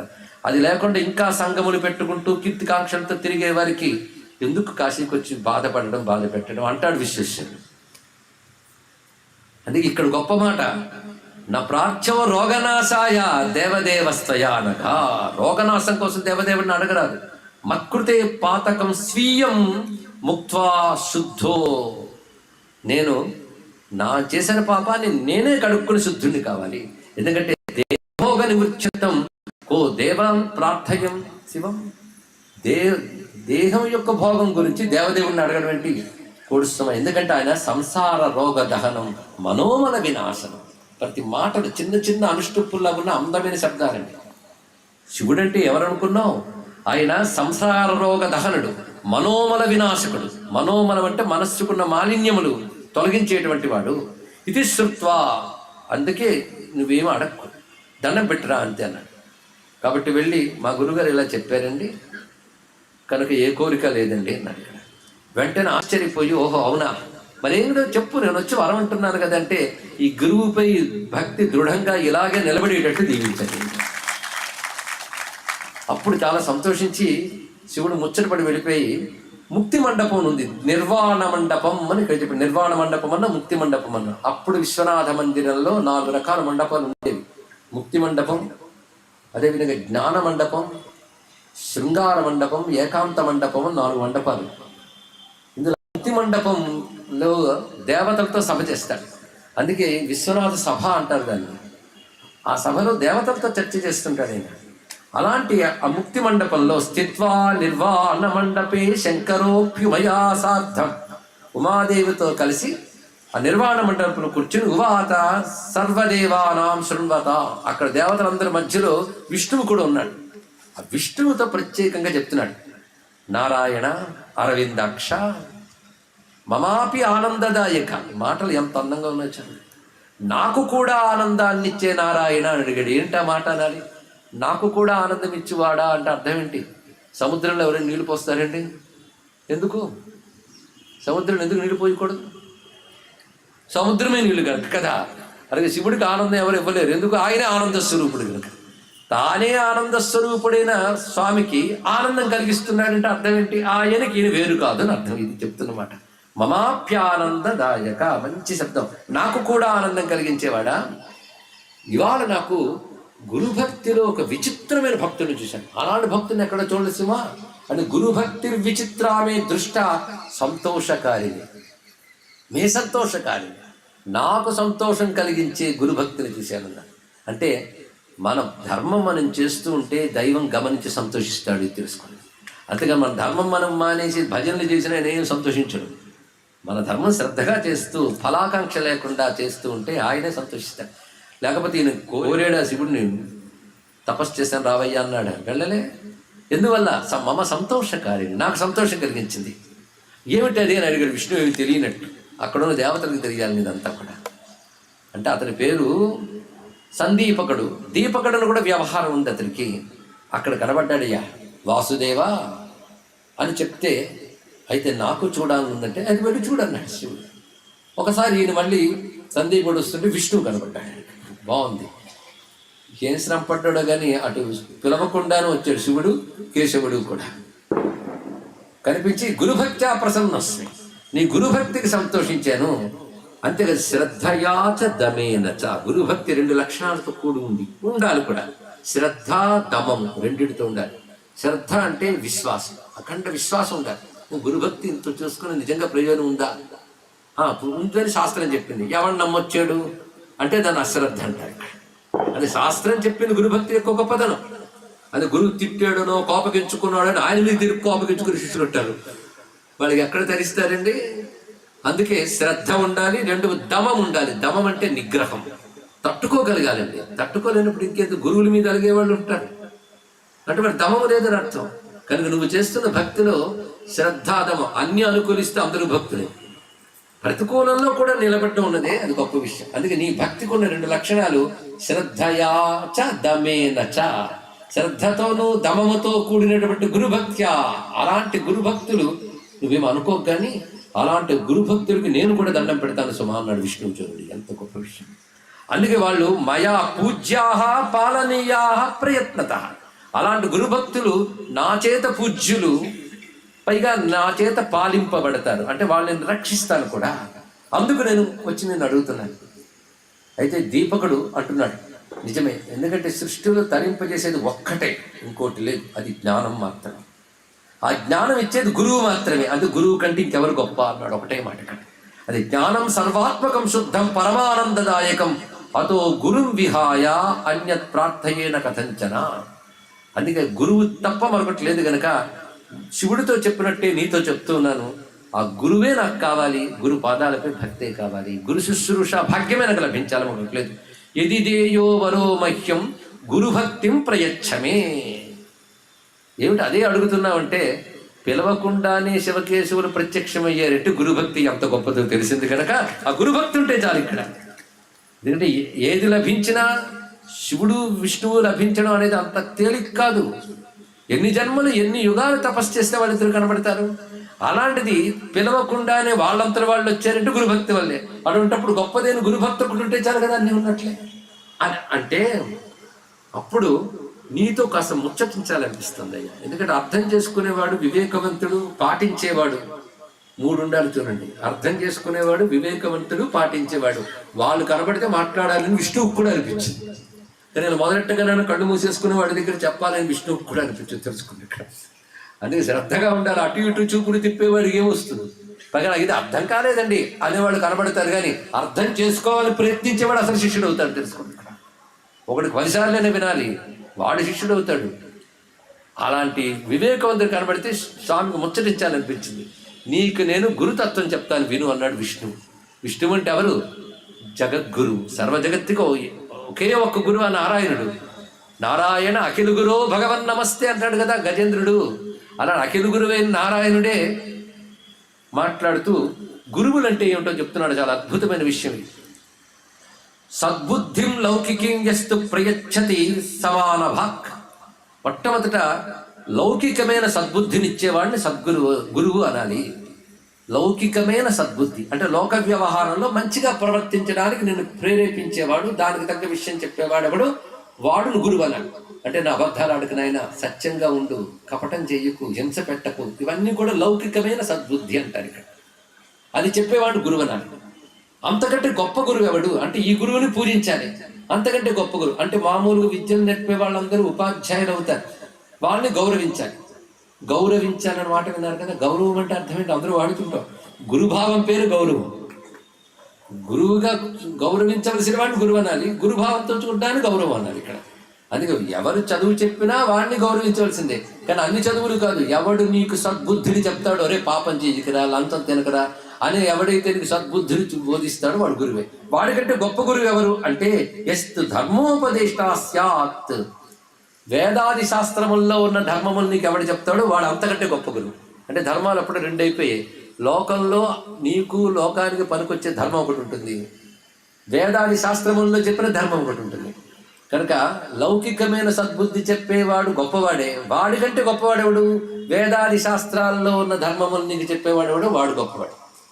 అంతకంటే గొప్పవాడెవడు అంటే వేదాన్యః పాఠయేత్ వేదాభ్య పాఠయేత్ సాంగం. అంటే వేదాంగముల్ని పాఠంతో సహా చెప్పేవాడు అంతకంటే గొప్పవాడు. అంటే వేదాలు ఇలా చెప్పారు అని చెప్పి ధర్మం చెప్పేవాడు ఒకడు ఉంటే, ఆ వేదాన్ని బోధిస్తూ చెప్తాడే వాడు ఇంకా గొప్పవాడు. అంటే వేదం బోధించేవాడు. అంతకంటే గొప్పవాడు ఎవడో తెలుసా? వేదార్థ రూపక. అయితే వేదం చెప్పేవాళ్ళందరూ గురువులే కానీ వేదమునకు భాష్యంతో సహా అర్థం చెప్పేవాడు అంతకంటే గొప్పవాడు. ఇప్పుడు ఎంతమంది వచ్చారో చూడండి. లౌకిక బుద్ధి చెప్పేవాడు, వేద ధర్మం బోధించేవాడు, వేద పాఠం చెప్పేవాడు, వేద మంత్రములకు అర్థం చెప్పేవాడు. ఇప్పుడు నలుగురు వచ్చారు. అయితే దానికంటే గొప్పవాడు ఎవరున్నాడు అంటే మత్స్వరూపం యతశుద్ధం ప్రాప్యతే శ్రవణార్జత స్వయం జ్ఞాత్వా శ్రావయతి సగరుస్త్వహమేవహి. తర్వాత మాట చెప్తున్నాడు, అంతకంటే గొప్ప గురువు ఒకడు ఉన్నాడు, వాడికంటే గొప్పవాడు ఇంకోడు లేడు. ఎవరైతే నా గురించి చెప్తాడో, నాపై శ్రద్ధ కలిగిస్తాడో వాడు అందరికంటే గొప్ప గురువు, వాడు నాతో సమానం అన్నాడు విష్ణువు. అది అంటే ఎవరి ద్వారా భగవజ్ఞానం మనకు లభిస్తుందో వాడు అసలైన గురువు. గన భగవజ్ఞానం చెప్పి బోధించే వాడిని మించి గురువు మనకు ఉండడు. ఎలాగంటే శ్రవణాత్యత, మనకు శ్రవణము మొదలైనవి చేయించి తద్వారా భగవజ్ఞానం ఎవడు కలిగిస్తున్నాడో వాడు నేను, వాడు ఒకటే. సహ అహమేవహి, అతడు నేనే సుమా అని చక్కగా బోధించి, అందుకే తత్సోదయతి యశాస్త్రై పురాణై మలదారుకై తత పరహ పరో దేవ కోన్యోస్తి జగతీతలే. ఒకడు గుర్తుపెట్టుకో, చిత్తాన్ని నా గురించి చెప్తూ చెప్తూ శుద్ధి చేసి నాపై భక్తిని కలిగించి మాలిన్యాన్ని పోగొట్టేటువంటి గురువు కంటే గొప్పవాడు ఎవరు ఉంటారు? అటువంటి గురువు యందు భక్తి కలిగి ఉండడం ఉత్కృష్ట సుమ. యదా మమ శివస్యాపి బ్రహ్మణో బ్రాహ్మణస్య హి అనుగ్రహో భవేంద్రూణాం సేవతే సద్గురుస్తదా. అయితే నన్ను నువ్వు ప్రార్థించలేదు, శివుణ్ణి నువ్వు ఉద్దేశించి తపస్సు చేయలేదు, అసలు ఏ దేవతను ఉద్దేశించి నువ్వు ఏ తపస్సు చేయలేదు, అయినా మేము ముందుకు కనబడ్డామంటే ఏ దేవత ఉద్దేశించి తపస్సు చేయక్కర్లేదు. అలాంటి గురువుని సేవ చేస్తే దేవతలే వాడి పట్ల ప్రీతి చెందుతారు తప్ప వాడు దేవతల ప్రీతి కోసం తాపత్రయపడడం అవసరం లేదు. ముగ్గురు సంతోషిస్తారు సుమా అలాంటి భక్తుడిని చూస్తే. ఎవరంటే మమ శివస్య, నాకు శివునికి, అదేవిధంగా బ్రహ్మణ బ్రహ్మదేవుడికి, అలాగే బ్రాహ్మణ అంటే వేదవేత్తలైన వారు కూడా సంతోషిస్తారు, మహాత్ములు కూడా మహర్షులు కూడా సంతోషిస్తారు అర్థం ఇక్కడ. అంటే బ్రహ్మ విష్ణు మహేశ్వరులు కానీ మహర్షులు కానీ సంతోషించి ఆశీర్వించని ఎవరికి ఇస్తారు అంటే గురుభక్తి పరుడు సుమా అని చెప్పి ఇది విషయం అని అప్పుడు ఆశీర్వదిస్తూ గురు భక్తి పరోభవ, ఇంకా నువ్వు ఇది స్థిరముగా గురుభక్తి కలిగి ఉండువుగాక అని చెప్పగానే ఆనందితుడి తిరిగి తాను చేరుకున్నాడు గురుగారి దగ్గరికి. వేదధర్మం దగ్గరికి దీపకుడు 21 సంవత్సరాలు అయిపోయిందండి. ఇప్పుడు సర్వాంగ సుందరంగా శోభాయమానంగా పుష్టి కలిగిన దేహంతో తిరిగి వేదధర్మను మారాడు. అంటే అది ఇదివరకు చేసిన పుణ్యములేమీ పోలేదు, అలాగే ఉన్నాయి. గత జన్మల పాపమేదో కుష్ఠవ్యాధి రూపంలో వచ్చి అనుభవ రూపంలో పోగొట్టుకున్నాడు. అనుభవిస్తున్నంత కాలం బాధపడుతున్నా భగవత్ చింతన మానలేదు, తన తపస్సు చేసుకుంటున్నాడు. ఇది తెలుసుకోవాల్సింది. అనుభవ కాలంలో కూడా ఈశ్వర చింతన మానరాదు, అది షాడితం చేస్తుంది. అటు తర్వాత వేదధర్ముడు ఒకరోజు దీపకుడితో అంటున్నాడు, అమ్మయ్య గురువుగారు ఆరోగ్యవంతుడయ్యాడని తెలుసుకుని మురిసిపోతున్న దీపకుడితో గంగా తీరంలో స్నానం చేసే మణికన్యక దగ్గర కూర్చున్నట్టున్నాడు. తీర్ణోహం కర్మపాశార్థి, కర్మపాశం నుంచి బయటపడిపోయింది ఆయన.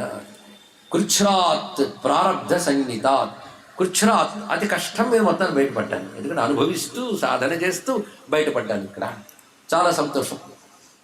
సంసారాధిపతి తీర్ణోహం, ఇప్పుడు నాకు పాపం నుంచి బయటపడిపోయాను కదా, ఇంకొక మాట జన్మల నుంచి బయటపడిపోయాను కూడా నేను అన్నాడు. ఇక్కడ పాపం నుంచి బయటపడిపోయే వరకు బాగుంది. ఇక్కడ జన్మల నుంచి సంసారాధిపతి తీర్ణోహం, సంసారం నుంచి బయటపడిపోయాను. సంసారం నుంచి బయటపడ్డానంటే అర్థం ఏంటి? మోక్షం వచ్చిందని అర్థం. ఇక్కడ నేను సంసారం నుంచి బయటపడిపోయాను, ఆ మాట రానగలిగారు అంటే కాశీవాస ఫలాశ్రయ, కాశీవాసం మహిమ అది కనుక నాకు ఒక సంసారం నుంచి బయటపడిపోయాను అన్నాడు. ఇక్కడ అవునా, నకాశికాయాం పతితోపి ధర్మకృద్ దుఃఖం సమాప్నోతి మమ ప్రసాదాత్ ఇతి ప్రతిజ్ఞా జగదీశ్వరస్య మహానుభావస్య శివస్య నిత్యాన్. పతితుడైనా సరే కాశీని ఆశ్రయిస్తే అతడికి మనం దుఃఖం కలగనివ్వను అని శివుడు ప్రతిజ్ఞ పెట్టాడు కనుక నాకు సంసారం నుంచి బయటపడిపోయాను అన్నాడు. ఇది శాస్త్రవాక్యం. శివుడు ఇలా చెప్పాడనే విషయం శివుడు వచ్చి చెవులో చెప్పాడా? శాస్త్రంలో ఉంటుంది శివుడు శివవాక్కు అని.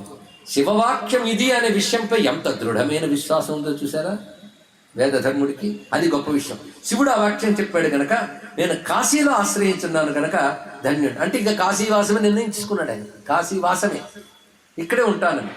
కాశ్యాం ప్రదీప ప్రభయా ప్రకాశిత పాపాంధకార ఖలు నాశమేతి విశ్వేశ్వరానుగ్రహయాసు విద్యయా మహాత్మనాం పుణ్యకృతాం కృతాత్మనాం. ఈ పురాణం ఏ పురాణమైనా అలా అనిపిస్తుంది, కానీ ఈ పురాణం చదువుతుంటే మాత్రం ప్రతి శ్లోకం కూడా ఒక సూత్రవాక్యాలు అనిపించింది. ఒక్కొక్క పదం అంతా బరువైనటువంటి. అంటే ఒక్కడు మాత్రం నిజం, కాలక్షేప పురాయణలకు మాత్రం ఇది రుచించదు, తెలుసుకోండి. ఇక్కడ అది మాత్రం నిజం. నిజంగా శివుడిపైన ఎంతో ఇంతో ప్రేమ ఉండి కాశీ మీద కాసింత నమ్మకం ఉంటేనే ఇది మధురంగా ఉంటుంది అనడంలో సందేహం లేదు. అలాంటి అందమైన పదవులు. అందుకే కాశీని ఆశ్రయించక దుఃఖం ఎక్కడుంటుందయ్యా, సూర్యుడు ఉదయించక చీకటి ఎక్కడుంటుందయ్యా అన్నాడు. ఒకటే మాట. కాశీ అనే సూర్యప్రకాశం ముందు పాపం అనే అంధకారం ఎక్కడుంటుంది? ఉండదు. ఎందుకంటే విశ్వేశ్వర అనుగ్రహయా సువిద్యయా, విశ్వేశ్వరుని అనుగ్రహం చేత లభించిన సువిద్య చేత ముక్తి లభిస్తుంది. అంటే విద్య లేదు, ముక్తి లేదు, జ్ఞానాదేవే కైవల్యం. ఇది గుర్తుపెట్టుకోవాలి. ఆ జ్ఞానం ఈశ్వరానుగ్రహం లేదు లేదు. కానీ ఏది కావాలి ఇప్పుడు? జ్ఞానమా ఈశ్వరానుగ్రహం? అది అక్కడ పట్టుకుంటే రెండో దారి వస్తుంది. కానీ ఈశ్వరానుగ్రహం. అందుకే ముందు విశ్వేశ్వరానుగ్రహయ సువిద్యయా, విశ్వేశ్వర అనుగ్రహం చేత సువిద్య చేత ముక్తి వస్తుంది. ఎవరికి? మహాత్మనాం పుణ్యకృతాం కృతాత్మనాం. గొప్ప మనస్సు కలగవారికి, అలాగే పుణ్యములు చేసినటువంటి వారికి, సాధకులైనటువంటి వారికి ఈశ్వరానుగ్రహం చేత లభించిన విద్య వల్ల ముక్తి లభిస్తుంది. ఇది క్రమం చక్కగా చెప్పాడు. కానీ ఇప్పుడు చేయవలసింది ఏముంది? ఈశ్వరానుగ్రహం ఆయన ఇవ్వాల్సింది, మనం కాదు కదా. కానీ మనం మిగిలిసింది ఇక్కడ ఉన్నదంతా కూడా కృతాత్మనాం, సత్కర్మాచరణ చేయడమే మిగిలింది. అది ఈశ్వరార్పణ బుద్ధితో చేయాలి.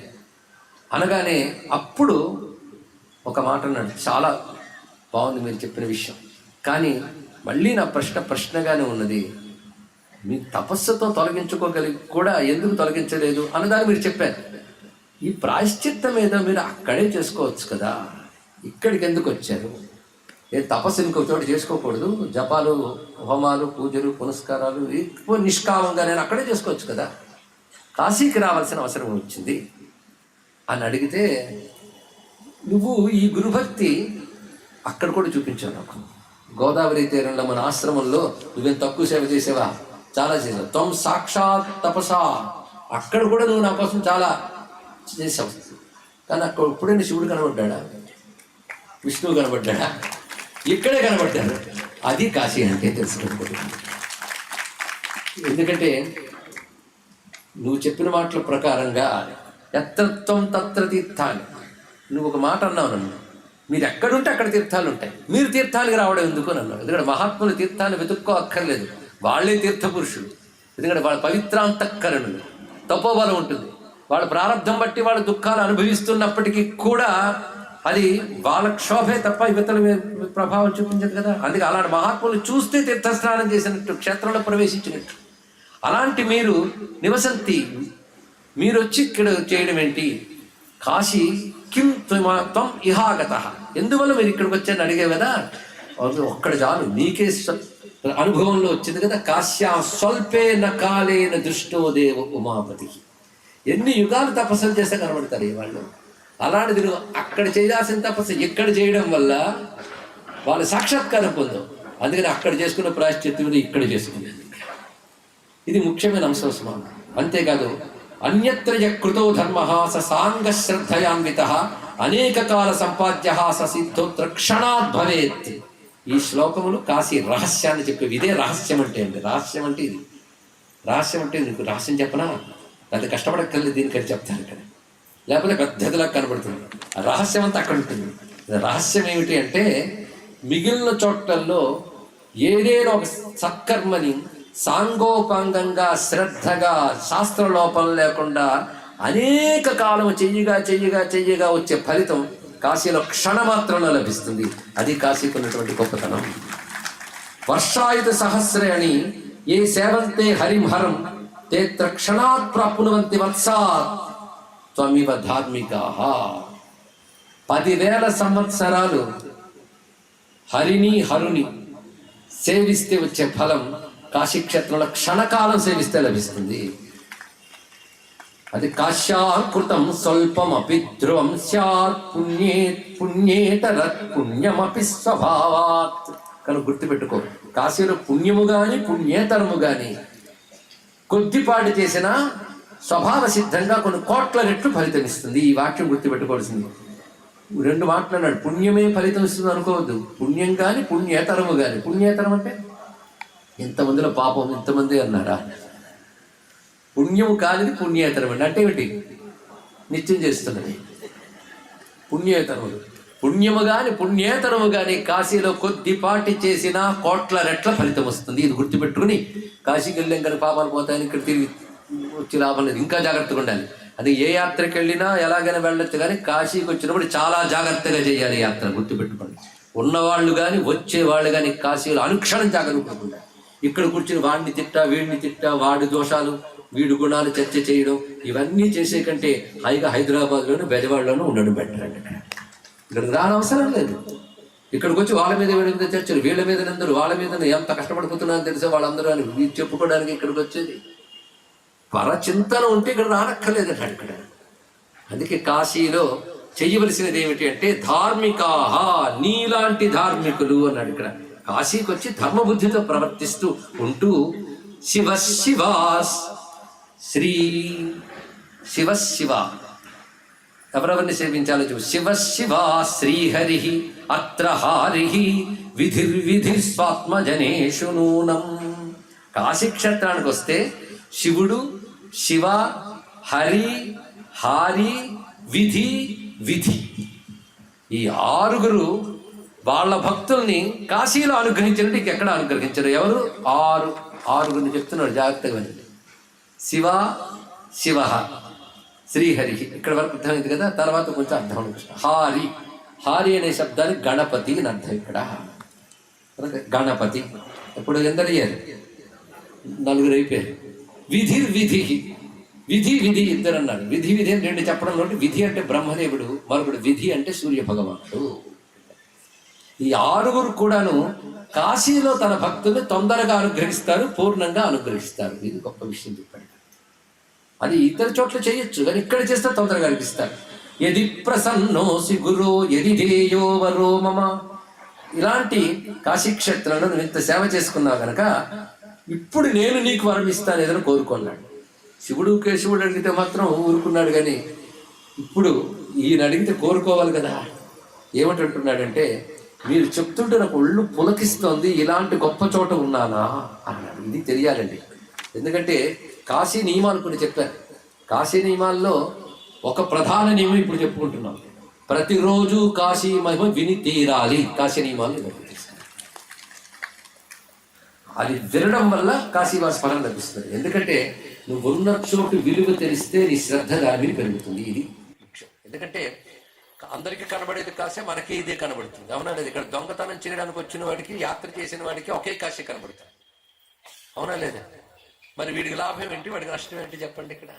అంటే వాడికి లేనిది వీడికి ఉన్నది శ్రద్ధ. అది ఇక్కడ అంటే ఇది కాశీ అని, పవిత్రమని, విశ్వనాథపురి అని, ఇది మనం తరింపజేస్తుంది అని శాస్త్రములు చెప్పేయి అనే భావం ఉంది కదా వాడికి. అది దాని పేరు శ్రద్ధ. అందుకే అది తేడా. అదే శ్రద్ధ కలిగినటువంటి వాడికి చెప్పాలి. అందుకే ఒళ్ళు పులకించిపోయింది ఒక్కసారి. ఆనందం తట్టున్నాడు.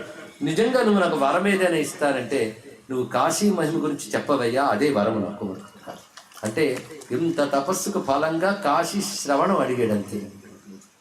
అంటే ఎంత కోరుకోవలసిన వరమో చూడండి. మనం ఏ తపస్సు చేసామో కానీ అడగకుండానే దొరికింది కాశీ గురించి వినే భాగ్యం. ఎందుకంటే కాశీ గురించి వింటే చాలా జన్మ చరితార్థం, మరి ఇంకేం చెప్తాం. అటువంటి భాగ్యమైనటువంటిది. అదే సత్యమేవ త్వయా ప్రోక్తం ఆశ్చర్యం సర్వదా తత్. నువ్వు చెప్పిన మాట సత్యము ఆశ్చర్యము 2 ఉన్నాయి ఇక్కడ.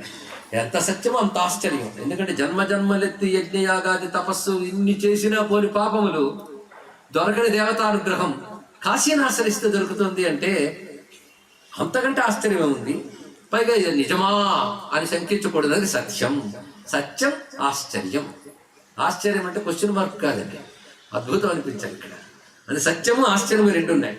అందుకే అన్యత్ర బహుకాలేన స్వధర్మై సత్కృతైరపి విష్ణు రుద్రో నదృశ్యోతౌ. మీరు మాటిమాటికి నాకు జరిగిన అనుభవమే మీరు చెప్పినట్టు అనిపిస్తాం. నాకు సులభంగా 2 దర్శనం అయిపోయింది. ఇంకేముంది?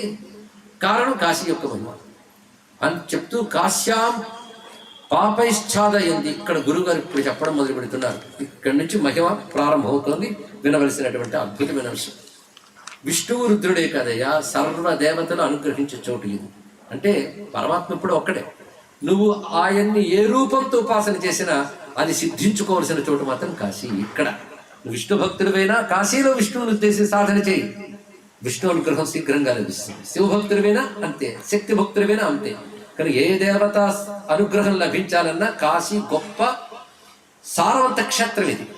ఎందుకంటే విత్తనాలు వేస్తే సారవంతమైన క్షేత్రం ఎలా మొలకెత్తుతాయో కాశీలో చేసిన భగవత్ సాధన అద్భుతమైన పనిచేస్తుంది అని చెప్తూ కాశ్యాం పాపైశ్చాదయంతి స్వదృష్టి నరాధమ.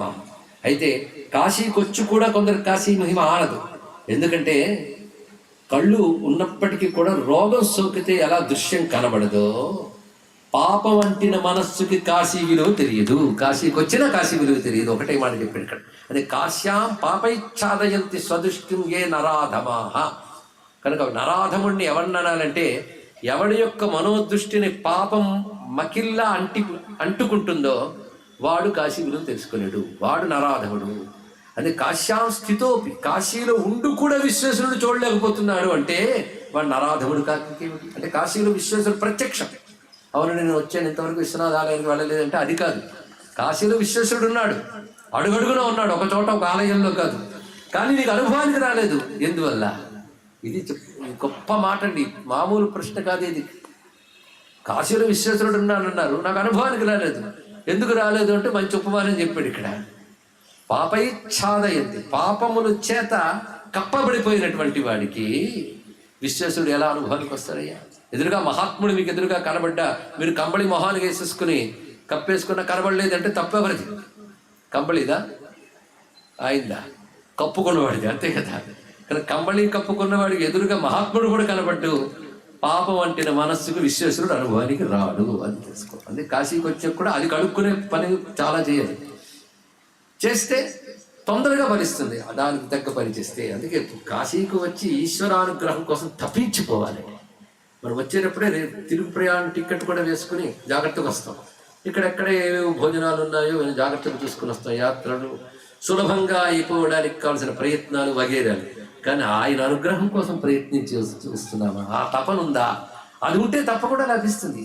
అందుకే ఇక్కడ ఉండి కూడా విశ్వనాథుడి అనుభవం రాలేదు అంటే వాడు నరాధముడు అంటారు. సుమా మహాప్రభావ మహతి మహాదేవ హరిప్రియ. ఇది మహాదేవ హరిప్రియ, మహాదేవ ప్రియ హరిప్రియ. అందుకే శివప్రియ కేశవప్రియ అయినటువంటిది ఈ కాశీ. సుమ చాలా అద్భుతమైన మాట అంటూ గురువు బోధిస్తున్నటువంటి కాశీ రహస్యం బోధ ఇక్కడ నుండి జరుగుతుంది. ఇందులో రెండు రకాలు. కాశీలో మనకు తెలియని విశేషాలు చెప్పడం మాత్రమే కాదు, కాశీలో మనం మెలగవలసిన పద్ధతులన్నీ ఇందులో చెప్తున్నారు. ఇలా ఉండాలి అలా ఉండాలి అని చెప్పడంలో రెండు ప్రయోజనాలు ఉన్నాయి. మనం ఇలా ఉండాలని నేర్చుకుని ఉంటాం. రెండవది వింటున్నంతసేపు అలా ఉంటున్న ఫీలింగ్ ఉంటుంది, అవునా లేదండి? ఇక్కడ అదొక సాధన, అదొక విశేషమే. కాశీలో గంగా స్నానం చేయాలి పొద్దున్నే అంటే అప్పుడు పొద్దెక్కినట్టు మనం గంగలో స్నానం చేసినట్టు ఒక అనుభూతి వస్తుందా లేదా? అది కూడా ఒక సాధనే అన్నాడు ఇక్కడ. అందుకే శ్రవణం అన్నదే అది దీనికంటూ గొప్ప సాధననే. మీరు మామూలుగా నడిచి నడిచి తిరిగి చేసే సాధన కంటే శ్రవణం ఎందుకు గొప్పదవుతుందంటే నడిచి చూస్తూ ఉన్నప్పటికీ కలగని భావం శ్రవణం వల్ల కలుగుతుంది కనుక శ్రవణం ఇంకా దగ్గర చేస్తుంది ఈశ్వరుని. చూడండి ఎంత గొప్ప విషయం. అదే కాశీలో శ్రవణాన్ని మించిన సాధన లేదు. అదే ఎన్ని యజ్ఞాగాది కదువులు చేసుకున్నా శ్రవణ యజ్ఞం జరగాలండి. లేకపోతే సౌనకాది మహర్షులు నైమిషారణ్యంలో అన్ని యజ్ఞాలు చేస్తున్నా సూత పౌరాణికుడు రాగానే మఠం వేసి కూర్చున్నారు అక్కడ. ఎందుకంటే ఆ యజ్ఞం అంతా ఒక ఎత్తు, నువ్వు చెప్పే యజ్ఞం ఒక ఎత్తు. నువ్వు కానీ చెప్పింది వినకపోతే చేస్తున్న దాని విలువ తెలియదు కదా. చేస్తున్న దాని విలువ తెలియడానికి వినాలి, వినడం వల్ల చేస్తున్నవి తొందరగా ఫలిస్తాయి రెండు. ఎందుకు శ్రద్ధ పెరుగుతుంది కదా. అందుకే అన్ని ఎందుకు వినాలంటే శ్రద్ధ బలపడడం కోసం. ఎందుకంటే నీకు భగవంతుడి నుంచి మరిపించడానికి కావలసినంత ప్రపంచం ఉంది. భగవంతుడిని గుర్తు చేసే ప్రపంచం చాలా తక్కువ అని తెలుసుకోవాలి. ఆ గుర్తు చేసే ప్రపంచం పేరే శ్రవణం, ఆ గుర్తు చేసేవాడి పేరే గురువు. ఇది తెలుసుకోవాల్సింది. కనుక భగవంతుడిని గుర్తు చేసేవాడు గురువు, మాటి మాటికి గుర్తు చేసేవాడు గురువు. ఎంత గుర్తు చేయాలంటే నీకు మరపులోకి వెళ్ళనివ్వకుండా ఉన్నంత గుర్తు చేయాలి ఇక్కడ అంటూ ఆనందపరుచుడు చెప్తున్నాడు ఇక్కడ. ఇది శ్రద్ధగా విన్నవలసిన వాళ్ళ కోసం చెప్తుంది ఇక్కడ. ధన్యం శివస్స భద్రంతే యస్యతే మతిరిదృశి. కాశీ గురించి చెప్పు అని అడగడం కంటే గొప్ప భక్తి మరొకటి లేదు, అంతకంటే గొప్ప జిజ్ఞాస మరొకటి లేదు. నువ్వేదో బ్రహ్మ జిజ్ఞాసను వినుంటుంటావు, అధాతో బ్రహ్మ జిజ్ఞాస అని. అది ఎంతో కాశీ జిజ్ఞాస కూడా అంతే, ఇందులో సందేహం లేదు. ఎందుకంటే బ్రహ్మం అంటే ఏమిటో కాశీ అంటే అదే తెలుసుకో. అంతేగాని కాశీ అంటే 2 అక్షరాల పేరు కాదు. బ్రహ్మము, బ్రహ్మం అంటే పరమాత్మ. బ్రహ్మము అనే మాట ఎంత బరువైనదో, ఎంత అర్థవంతమైనదో, ఎంత చైతన్యవంతమైనదో, కాశీ అనే 2 అక్షరాలు కూడా అంత చైతన్యవంతమైనది. ఇది తెలుసుకున్నాడు. ఈ ఒక్క మాట ఉన్నదండి, ఒక్కటి చాలు వాళ్ళ రాత్రంతా మిమ్మల్ని ఆలోచింపజేయడానికి. ఏది ఆలోచించే యోగం ఉంటే, లేదా ఆలోచించే బుద్ధి ఉంటే ఒక్కటి చాలు. ఏమని చెప్పాడంటే, కాశీ బ్రహ్మేతి విఖ్యాత యద్వివర్తో జగద్భ్రమ అవివర్తంత దేవాహు కాశీతి బ్రహ్మవాదిన. ఇది బ్రహ్మసూత్రంలో మొదటి సూత్రం ఎంత బలమైనదో ఈ శ్లోకం మొత్తం అంత బలమైనది. ఒక్క శ్లోకంలో ఎంత పెట్టాడో, ఈ ఒక్క శ్లోకం మననం చేసుకుంటూ వెళుతుంటే చాలు. కాశీ బ్రహ్మేతి విఖ్యాత, కాశీయే బ్రహ్మము. బ్రహ్మం అంటే ఏమిటి? చాలా మందికి ఇది ప్రశ్న కదా. యద్వివర్తో జగద్భ్రమ, అక్కడ మళ్ళీ వేదాంతం వచ్చిందండి. దీన్ని బట్టి వ్యాసుడు హృదయం అద్వైతం అనేది ఇక్కడ అర్థమైపోయింది. ఇక్కడ శంకరుల సిద్ధాంతమే, శంకరులు కొత్త సిద్ధాంతం లేదు, వ్యాస సిద్ధాంతం. వ్యాసుడు తనదంటూ సిద్ధాంతం లేదు, వేద సిద్ధాంతమే. అది తెలుసుకుంటారు. యద్వివర్తో జగద్భ్రమ, వివర్తవాదం అని ఒక వాదం ఉంది వేదాంత శాస్త్రం వాళ్ళకి తెలుస్తుంది. అంటే క్లుప్తంగా చెప్తాను, కంగారు పడకండి. ఆరంభవాద, పరిణామవాద, వివర్తవాదాలను 3 వాదాలు ఉన్నాయి. 3వ వాదం అద్వైతం, మిగిలినవి ద్వైతవాదాలు. ఆరంభం అంటే పరమాత్మ కూడా ఉన్నాడు సృష్టికి పూర్వం, ఆయన నుంచి సృష్టి ఆరంభమైంది, ఇది ఆరంభవాదం. పరిణామవాదం అంటే పరమాత్మే ప్రపంచంగా మారాడు, అంతే కదా? కాదు. వివర్తవాదం ఏం చెప్తుందంటే పరమాత్మ ఒకడు ఉండి తర్వాత ప్రపంచం వచ్చింది అని చెప్పడం కాదయ్యా. ఆయన పరమాత్మ ఉన్నాడు, రెండవది లేదు. అసలు రెండవది లేదు అన్నప్పుడు నువ్వు ఎలా చెప్తావు? అప్పుడు ప్రారంభవాదం పక్కకి వెళ్ళిపోయింది. పరిణామవాదం అంటే అర్థం ఏంటంటే పాలు పెరుగ్గా మారాడు, పాలు పెరుగ్గా మారినట్టు పరమాత్మ ప్రపంచంగా మారాడు కదా. బాగుంది ఇదేమైనా? పాలు పెరుగ్గా మారినప్పుడు మొదటి రూపం లేదు, పరమాత్మ ప్రపంచంగా మారిపోతే మరి పరమాత్మ లేడా? ప్రపంచ వికారం వచ్చిందా? అప్పుడు రెండవది తప్పు అయిపోయింది. మరి ఏం చెప్పాలి? ప్రపంచం ఉన్నట్టు కనబడడానికి ఆధారం పరమాత్మ, పరమాత్మను ఆధారం చేసుకుని ప్రపంచం కనబడుతుంది. పరమాత్మ తీసేస్తే ప్రపంచం లేదు, ప్రపంచం లేకపోయినా పరమాత్మ ఉంటాడు. అది తెలుసు ఇక్కడ. అది వివర్తం అనే మాట అంతం. కానీ మనకు చిత్రం ఏంటంటే పరమాత్మ యందు ప్రపంచం ఉంది, కానీ మన ప్రపంచం తప్ప పరమాత్మ కనిపించట్లేదు. అప్పుడు జగత్తు ఉన్నట్టు కనబడుతుందా లేదా? అలా ప్రశ్నిస్తారేంటండి, జగత్తు ఉందని తిడతారు కూడా మీరు నన్ను కాసేపు అయితే. ఒకవేళ శ్రద్ధగా వింటే కనబడుతుంది కదా జగత్తు అంటే. నీకు బ్రహ్మం అంటే తెలియదు కనుక జగత్తు సత్యం అనుకుంటున్నావు. జగత్తు భ్రమ, జగద్భ్రమ యద్వివర్తో అన్నాడు ఇక్కడ. లేని జగత్తు ఉన్నట్టు కనబడ్డానికి కారణం ఎవడు ఉండడమో వాడే శివుడు. ఒక్క మాట చూసుకోండి, మళ్ళీ నేను తెలుగులోనే చెప్తాను. లేని జగత్తు ఉన్నట్టు కనబడ్డానికి కారణం ఎవడో వాడిని బ్రహ్మం అంటారు. బ్రహ్మసత్యం జగన్మిథ్యాన్ని మాట విన్నారు ఎప్పుడైనా? అదేనండి. కానీ జగత్తే సత్యం అనిపిస్తుంది. జగత్ సత్యం అనిపించడానికి కారణం ఏమిటి? జగత్తా? కాదు, ఆయన తెలియకపోవడానికి కారణం ఏంటి? అజ్ఞానం, మరొకట్లేదు ఇక్కడ. కనుక ఆయన ఆధారంగా ఉన్నాడు, దాని మీద జగత్తు ఉంది. ఇది ఎలాగో అంటే దీన్నే రజ్జు సర్ప భ్రాంతి అంటారు. చెప్పకపోతే ఇది అర్థం కాదని శంకరులకు కూడా తెలుసు. తాడుని చూసి పాము అనుకున్నారు.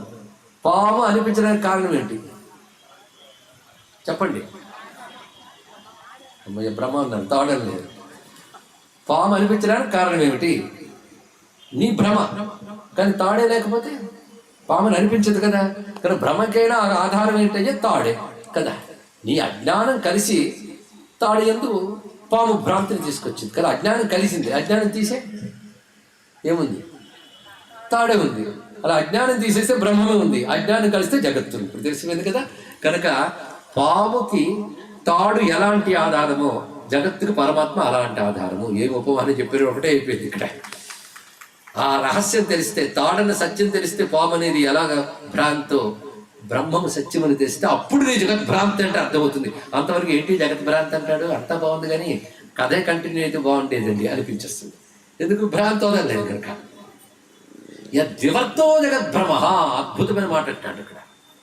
ఎవరి యొక్క వివర్తము అంటే ఆయన యందు ఆభాసగా కనిపించినది అర్థం ఇక్కడ. కనుక బ్రహ్మము ఎంతో, కాశీ అంతా. బ్రహ్మ శబ్దానికి మరొక శబ్దమే కాశీ. కాశీ అనగా బ్రహ్మమే. బ్రహ్మం అంటే ఎవరు? పరమాత్మకి అసలు పేరు బ్రహ్మం. పరబ్రహ్మ అంటాం కదా, బ్రహ్మము. అదే బ్రహ్మ అనగానే బృహత్వాత్ బ్రహ్మణత్వాత్, ఏది అన్నిటికంటే గొప్పదో, ఏది సర్వోత్కృష్టమో, దేన్ని మించి మనకు సత్యము లేదో దాని బ్రహ్మం అనాలి. బ్రహ్మమునికి ఇది నిర్వచనం కదా. కాశీ అంటే అదే అన్నాడు ఇక్కడ. అంటే అర్థం ఏంటి? కాశీ అంటే సత్యము, దాన్ని మించిన మరొకటి వస్తువు లేదు. కానీ కాశీ అంటే పరమాత్మ, అంతే అర్థం. అంటే కాశీ అంటే చాలంటే ఊరి పేరు అనుకున్నారు. కాశీ ఊరు పేరు కాదు, పరమాత్మ యొక్క పేరు. కాశీ అన బ్రహ్మమునకు పేరు. తెలుసుకోవడం ఒకటే మాట ఇక్కడ. కాశీ అన బ్రహ్మమునకు పేరు, పరమాత్మ యొక్క పేరు. మరి బ్రహ్మమునికి చాలా పేర్లు ఉన్నాయి కదా. ఉన్నాయి. నువ్వు జపం చేసుకోవడానికి బ్రహ్మమునికి చాలా పేర్లు ఉన్నాయి. ఏమని? విష్ణు అని, రామ అని, శివ అని, శంకర అని, గౌరీ అని, లక్ష్మి అని ఉన్నాయి కదా. అలాగే యథా విష్ణు శంకరస్యాపి నామ్నా లోకాశోకం నాశ్య మోక్షం ప్రయాంతి. ఒకటే మాట ఇప్పుడు అద్భుతమైన మాట. అసలు ఈ 2 శ్లోకాలు చాలండి పట్టుకోవడానికి. అంటే రేపటి నుంచి ప్రవచనం అక్కర్లేదని కదా అర్థం. ఇది ఒంటికి పట్టడం కోసం వినాలి ఇదంతా కూడా. ఏమి చెప్తున్నానంటే ఒకటే మాట, యథా విష్ణు శంకరస్యాపి నామ్నా. ఈ మాట చాలా గొప్పగా చెప్పాడు. విష్ణు శంకర ఈ పేర్లు ఎవరివి? ఇప్పుడు చెప్పు. విష్ణువు అనే దేవుడికి విష్ణువు పేరు, శివుడు అనే దేవుడికి శివుడు అనే పేరు కాదు. విష్ణువు శివుడు కూడా ఒకే బ్రహ్మము యొక్క పేర్లు తెలుసుకోవాలి ఇక్కడ. ఎవరి పేర్లు? ఉన్నవాడు ఒకటే పరమాత్మ, ఆయన పేరే విష్ణు, ఆయన పేరే శివ. అర్థమైంది కదా. ఎందుకు శివ అన్నారంటే బ్రహ్మము శుద్ధమైన వాడు. ఆయన ఎందుకు ప్రపంచం భ్రమింపజేస్తూ కనిపిస్తున్నా ఆయన ప్రపంచం ఏమి అంటలేదు. నేను పాముని అనిపించితే తాడు పాము అయిపోయిందా? తాడుగా అయ్యో నేను పామునా అనుకుందా? లేదు కదా. అది శుద్ధమేగా. కానీ శుద్ధమైతే శివం అంటారు. అంతటా అదే ఉంది అంటే విష్ణు అంటారు. ఇప్పుడు ఈ 2 ఆయన లక్షణాలే కదా. కానీ బ్రహ్మ విష్ణు ఎవరి, శివ విష్ణు ఎవరి పేర్లు? బ్రహ్మమునకు పేర్లే. మరి బ్రహ్మ ఎవరి పేరు? బ్రహ్మము పేరే. కానీ బ్రహ్మ, విష్ణు, మహేశ్వర, శంకర ఇవన్నీ ఎవరి పేర్లు? ఒకే పరమాత్మ యొక్క పేర్లు. అది అంతా ఇది అంతే అని చెప్పడంలో మరొకడు అంటున్నాడు, ఊరికనే బ్రహ్మమును అర్థం చేసుకోవడం కోసం శివ విష్ణు అని పేర్లు చెప్పలేదు. నీకు బ్రహ్మము తెలియలేదు గనక, కష్టాలు అనుభవిస్తున్నావు గనక, భ్రాంతులు పడిపోతున్నావు గనక, దుఃఖం నుంచి బయటపడడం కోసం ఆ నామాలు జపం చేస్తావా లేదా నువ్వు? ఏవి? శివ, విష్ణు, శంకర, విష్ణు సహస్రనామాలు, శివ సహస్రనామాలు, లలితా సహస్రనామాలు చదువుకుంటున్నావా లేదా? మరి అవన్నీ ఎందుకు చదువుతున్నావు చెప్పు? పాపం పోవడం కోసం, దుఃఖం పోవడం కోసం, కోరిక కూడా తీర్చుకోవడం కోసం. అవునా? విష్ణు సహస్రనామాలు చదివితే కోరికలు తీరుతున్నాయి. అవునా? విద్యా తీరపతి విద్యా ధనార్థి ధర్మస్థితే లేదా? శివ సహస్రనామం చదివిన ఫలితాలు ఉన్నాయి. మరి శివనామమైనా విష్ణునామమైనా పరమాత్మనామం గనకనే ఆ నామాలు జపం చేసినా స్మరించినా పాపాలు పోయి దుఃఖాలు తొలగి సిద్ధి లభిస్తుంది. అవి ఎలా సిద్ధినిస్తాయో శివ విష్ణువాది నామములు, కాశీనామం కూడా అంతే. కానీ కాశీ అనేది ఒక మంత్రం. కాశీ కాశీ కాశీ కాశీ అన్నది చాలది, ఊరు పేరు కాదు, పరమాత్మ యొక్క పేరు. ఇక్కడ శివ విష్ణు ఎలాగో కాశీ కూడా అంతే. చాలది ఒక్క మాట. అంత అద్భుతమైన శ్లోకం కనుక శ్రద్ధాళువులు ఒకరిద్దరైనా మనస్సులో పెట్టుకుంటారన్న ఉద్దేశంతో ఈ 2 శ్లోకాలు ఒక్కసారి అనుకుందాం. కాశీ బ్రహ్మేతి విఖ్యాత యద్వివర్తో జగద్భ్రమ అవివర్తంత దేవాహు కాశీతి బ్రహ్మవాదినః. కనుక ఏది అవివర్తం అంటే భ్రాంతి రేఖ సత్యమై ఉన్నదో దానిని బ్రహ్మవాదులైన వారు కాశీ అంటారు. కనుక కాశీ అందుకే ధాతువుల ప్రకారం చూస్తున్న కాశీ అంటే ప్రకాశ స్వరూపము అని అర్థం. ఇక్కడ ప్రకాశ స్వరూపము అంటే స్వయం ప్రకాశ స్వరూపం, తనంత తాను ప్రకాశించినది. ఎందుకంటే సృష్టిలో ప్రతిదీ స్వయం ప్రకాశం కాదు, ఇంకొక దాని చేత ప్రకాశింపబడుతున్నది. అవునా? అదే సూర్యుడు వల్ల మనం ప్రకాశింపబడుతున్నాం. కనుక సూర్యుడు స్వయం ప్రకాశం, మీరు నేను ప్రకాశింపజేయం. సూర్యుడు స్వయం ప్రకాశం కదా కాదుట. సూర్యుని కూడా ప్రకాశింపజేసే వస్తువు ఒకటి ఉన్నది, అదే పరమాత్మ అని భగవద్గీతలో స్వామి చెప్పాడు. జ్యోతిషామపి యజ్యోతి ప్రభాస్మి శశి సూర్యయోహో అన్నాడు భగవానుడు. సూర్యుల్లో చంద్రుల్లోని వెలుగును నేనన్నాడు. అప్పుడైనా మనకు తెలియద్దు సూర్య చంద్రుడికి అసలు వెలుగు లేదు, అందులో వచ్చే వెలుగు ఈశ్వరుడే. కానీ సూర్యుడిని చంద్రుని కూడా వెలిగించేవాడు నేను. మరి నిన్ను వెలిగించేది ఎవరు? అది అడగచ్చు కదా. మన క్వశ్చన్స్ ఎక్కువ కదా. మమ్మల్ని ప్రకాశింపజేసేది సూర్యుడైతే సూర్యుని ప్రకాశింపజేసేది ఎవరు? నేనే. మరి నిన్ను ప్రకాశింపజేసేది ఎవరు అంటే నన్నెవడయ్య ప్రకాశింపజేసేది? నాకు నేనే ప్రకాశం, నేనే స్వయం ప్రకాశం.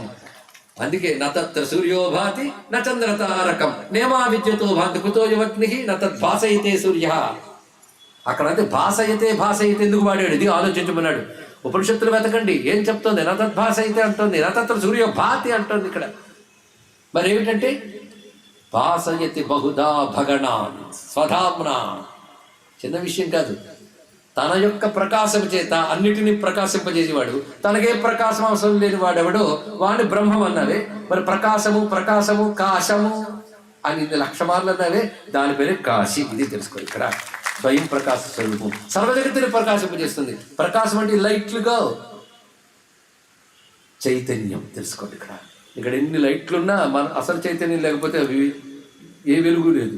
కనుక ఇక్కడ ప్రకాశింపజేయ వస్తువు అంటే చైతన్యం అని చెబుతాడు. ఇక వ్యవహారంలోన వారణాసి నదులు ఇన్ని వ్యవహారం కోసం చెప్తాం. కానీ కాశీ అనేటటువంటిది అటువంటిది. అయితే శివునికి నామాలు విష్ణు నామాలు ఎంత మహిమాన్వితములు, కాశీనామాలు కూడా అంత మహిమాన్వితములే. ఏంటి అవిముక్తము, ఆనంద కారణము, వారణాసి, రుద్రగేహము, మహాశ్మశానము, ప్రతి పేరు మధురమే. తెలుసా నీకు? ఆ పేర్లన్నీ జపం చేసుకో. మహాశ్మశానం అదొక నామం, వారణాసి మరొక నామం. ఎంత దివ్యమైనది! ఎందుకు వాటికి ఈ అర్థం పరమాత్మ వైపే అర్థం ఉన్నది. వారణాసి అనే 2 నదుల నడుమ ఉన్నది అనే కాకుండా పరమాత్మ వైపు దానికి అర్థం ఉన్నది. బాహ్యంగా చూస్తే అలా చెప్తా. వాడు పేరు పెట్టి రీసెర్చ్ చేసి కాశ కుసుమాలను గడ్డి పువ్వులు ఉంటాయి తెల్లవి, అవి గంగా తీరంలో ఉన్నాయి కనుక ఇప్పుడు కాశీట. ఆ గడ్డి పువ్వులు ఇక్కడైనా ఉంటాయా? పనికి వాళ్ళ రీసెర్చ్లు అంటే ఇవే ఇక్కడ. కనుక కాశీ అనగా ఇప్పుడు ఏమైంది, పరమాత్మ యొక్క పేరు కాశీ. ఏది స్వయం ప్రకాశ వస్తువో అది కాశీ అని చెప్తూ అలాంటి కాశీ విషయంలో తర్వాత మాట చెప్తున్నాడు. యథా విష్ణో శంకరస్యాపి నామ్నా లోకా శోకం నాశ్య మోక్ష ప్రజాంతి వారాణస్యా నామ గృహ్ణన్ విశేష తీర్త్వా మృత్యుం మృత్యుజేత స్వయం స్యాత్. కానీ ఎవడైతే నిరంతరం వారాణసి నామములను అంటూ ఉంటాడో వాడు వారాణసి నామం. ఎందుకు కాశీ అన్నప్పుడు వారాణసిని ఎందుకన్నా అంటే కాశీకి సంబంధించిన ఏ పేరైనా సరే ఆ నామములు అంటూ ఉంటే తీర్త్వా మృత్యువుని దాటిపోయి స్వయంగా మృత్యుంజయుడైపోతాడు. అంటే మృత్యుంజయ పట్టణమైన కాశీ క్షేత్రాన్ని ధ్యానిస్తే, పట్టణం ఏమిటి, మృత్యుంజయ స్వరూపమైన కాశీ. ఇప్పుడు మారిపోయింది. ఇక్కడ శివుడు పట్టణం కాదు కాశీ, శివుడే కాశీ. కాశీ అంటేనే శివుడు తెలుసుకో. ఎవడైతే కాశీని ఆశ్రయిస్తాడో వాడు మృత్యుంజయుడు అయిపోతాడు, వాడు శివుడే అయిపోతాడట. అంటే శివోహం అనే స్థితికి చేరుకుంటాడు సుమా అని చెప్తూ, తీర్థాని సంతి వివిధాని ఫలప్రదాని కామప్రదాని ధనధాన్య సుఖప్రదాని జీవన్ వివేక సుఖమాప్య సుఖేన తీర్థ్వా కాశ్యాం భవాన్నవమథో పరిపశ్యతి త్వం. చాలా విశేషమైన మాట చెప్పాడు ఇక్కడ. అనేక తీర్థక్షేత్రాలు చేస్తే పాపాలు పోతాయి, అభీష్ట సిద్ధులు వస్తాయి, పుణ్యలోకాలు వస్తాయి. కానీ చిత్తశుద్ధి మోక్షం రాజసుమా అన్నాడు. అంటే దీన్ని బట్టి తీర్థయాత్రలు చేస్తే రాజసుమా అని కాదు ఇక్కడ అర్థం. మిగిలిన తీర్థయాత్రలు శ్రద్ధగా చేయాలి, చాలా నియమంగా చేయాలి. అవన్నీ చేస్తే చిత్తశుద్ధి మోక్షము వస్తాయి. కానీ కాశీలో ఆశ్రయిస్తే చాలయ్యా, నువ్వు ఎలాగున్నా సరే కాశీలో శరీరం త్యజించితే వాడు ముక్తి ఇచ్చేస్తున్నాడు. ఇతర తీర్థాల్లో అన్ని చేస్తే కానీ రానిది, అన్ని చేసినా రానిది ఇక్కడ లభిస్తుంది. అది కాశీ యొక్క గొప్పతనం సుమా. అందుకే కాశీ ప్రత్యేకత, ఈ సూక్ష్మం చాలా మందికి అర్థం కాదండి. అన్ని క్షేత్రాల కంటే కాశీ గొప్పది. ఆ ఏ క్షేత్రం గురించి చదివినా అదే చెప్తారు, దీన్ని మించింది లేదండి. కానీ ఇక్కడ రహస్యం ఏమిటి అంటే, ఇతర తీర్థాల్లో ఈ సాధనలన్నీ చేస్తే నీకు అభీష్ట సిద్ధులు అన్నీ లభిస్తాయి. కానీ అక్కడ అంత శ్రద్ధగా చేస్తే చిత్తశుద్ధి రావచ్చు. కానీ ఇక్కడ అంత ఆ శ్రద్ధ లేకపోయినప్పటికీ కూడా భగవత్ సాధన చేస్తే నీకు చిత్తశుద్ధి మోక్షం లభిస్తుంది. ఎందుకంటే సహజంగా ఇది ఉంది ఇక్కడ, అంతే కదా. ఇంకోటి చోటకి వెళ్తే నువ్వు కట్టె రగిల్చుకుని మంట పెట్టుకోవాలి. మండుతున్న చోటుకు వస్తే నువ్వు కట్టె రగిల్చుకోనక్కర్లేదు, అక్కడ జ్వాల ఉంది. అది కాశీ అంటే తెలుసుకోవాలి అంటూ మహానుభావుడు వివరిస్తున్నాడు. ఎంత పరవశంగా ఒక్కొక్క విషయం చెప్తున్నాడు. వాసకాశ్యాం సజ్జనానాం ప్రసంగా గంగా స్నాన పాపకర్మారుచిశ్చ పుణ్యే ప్రీతి స్వేచ్ఛయా లాభ సౌఖ్యం దానం సత్యాన ప్రతిగ్రాహ్య మాత్ర అష్టావేతే యస్య సంచేవ యోగా యోగాభ్యాసైస్తస్య కిం కాశికాయాం. ఈ శ్లోకం మరొక రహస్యం. కాశీ రహస్యంలో ఈ శ్లోకం గొప్పది, ఈ శ్లోకం గొప్పది అని ఎందుకు చెప్తున్నామంటే వాళ్ళు గొప్ప శ్లోకాలే ఇక్కడ చదవడం జరుగుతుంది. మిగిలిన శ్లోకాలన్నీ కథారూపంలో మాటల్లో చెప్పేస్తుంది. గొప్ప శ్లోకాలు మాత్రమే ఇక్కడ చెప్పుకోవడం జరుగుతుంది. అష్టాంగ యోగాలు మీరు వినుంటారు, తెలుసు కదా? తెలుసు. ఏది చెయ్యడమా, చేసామా? అష్టాంగ యోగం లిస్టు చెప్పమని తడుముకోకుండా చెప్తాం, ఎందుకంటే ఇది ప్రపంచంలో నోట్స్ రాసుకున్నాం.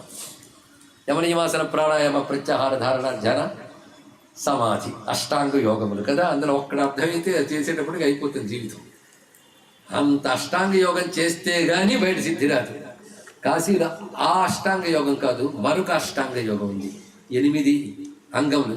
ఇవి కాశీలో పాటిస్తే బయట ఎక్కడో చేసిన అష్టాంగ యోగాలు ఎంతో కష్టమైనవి.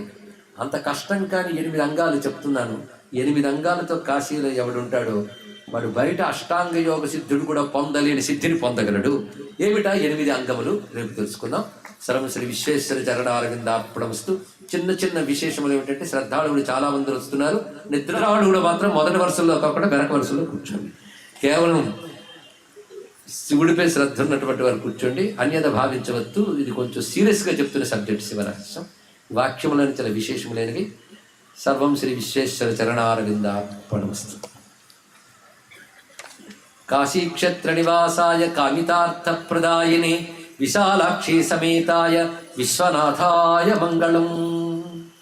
33 కోటి దేవతా సహిత గంగాన్నపూర్ణాంబికా సమేత కాశీ విశ్వేశ్వర స్వామికి. సరిపోలే, నేను ఎన్నోసార్లు కాశీలో ప్రవచనాలు చెప్పారు కానీ అక్కడక్కడ కనబడి ఉత్సాహం నాకు ఇక్కడ కనబడలేదు మాత్రం చెప్తున్నాను. ఏది ఆ శ్రద్ధ, ఏదో ఉత్సాహం ఏది? శ్రీ కాశీ విశ్వేశ్వర స్వామికి, శ్రీ కాశీ విశ్వేశ్వర స్వామికి, శ్రీ కాశీ విశ్వేశ్వర స్వామికి. నమః పార్వతీ పతయే హర హర మహాదేవ.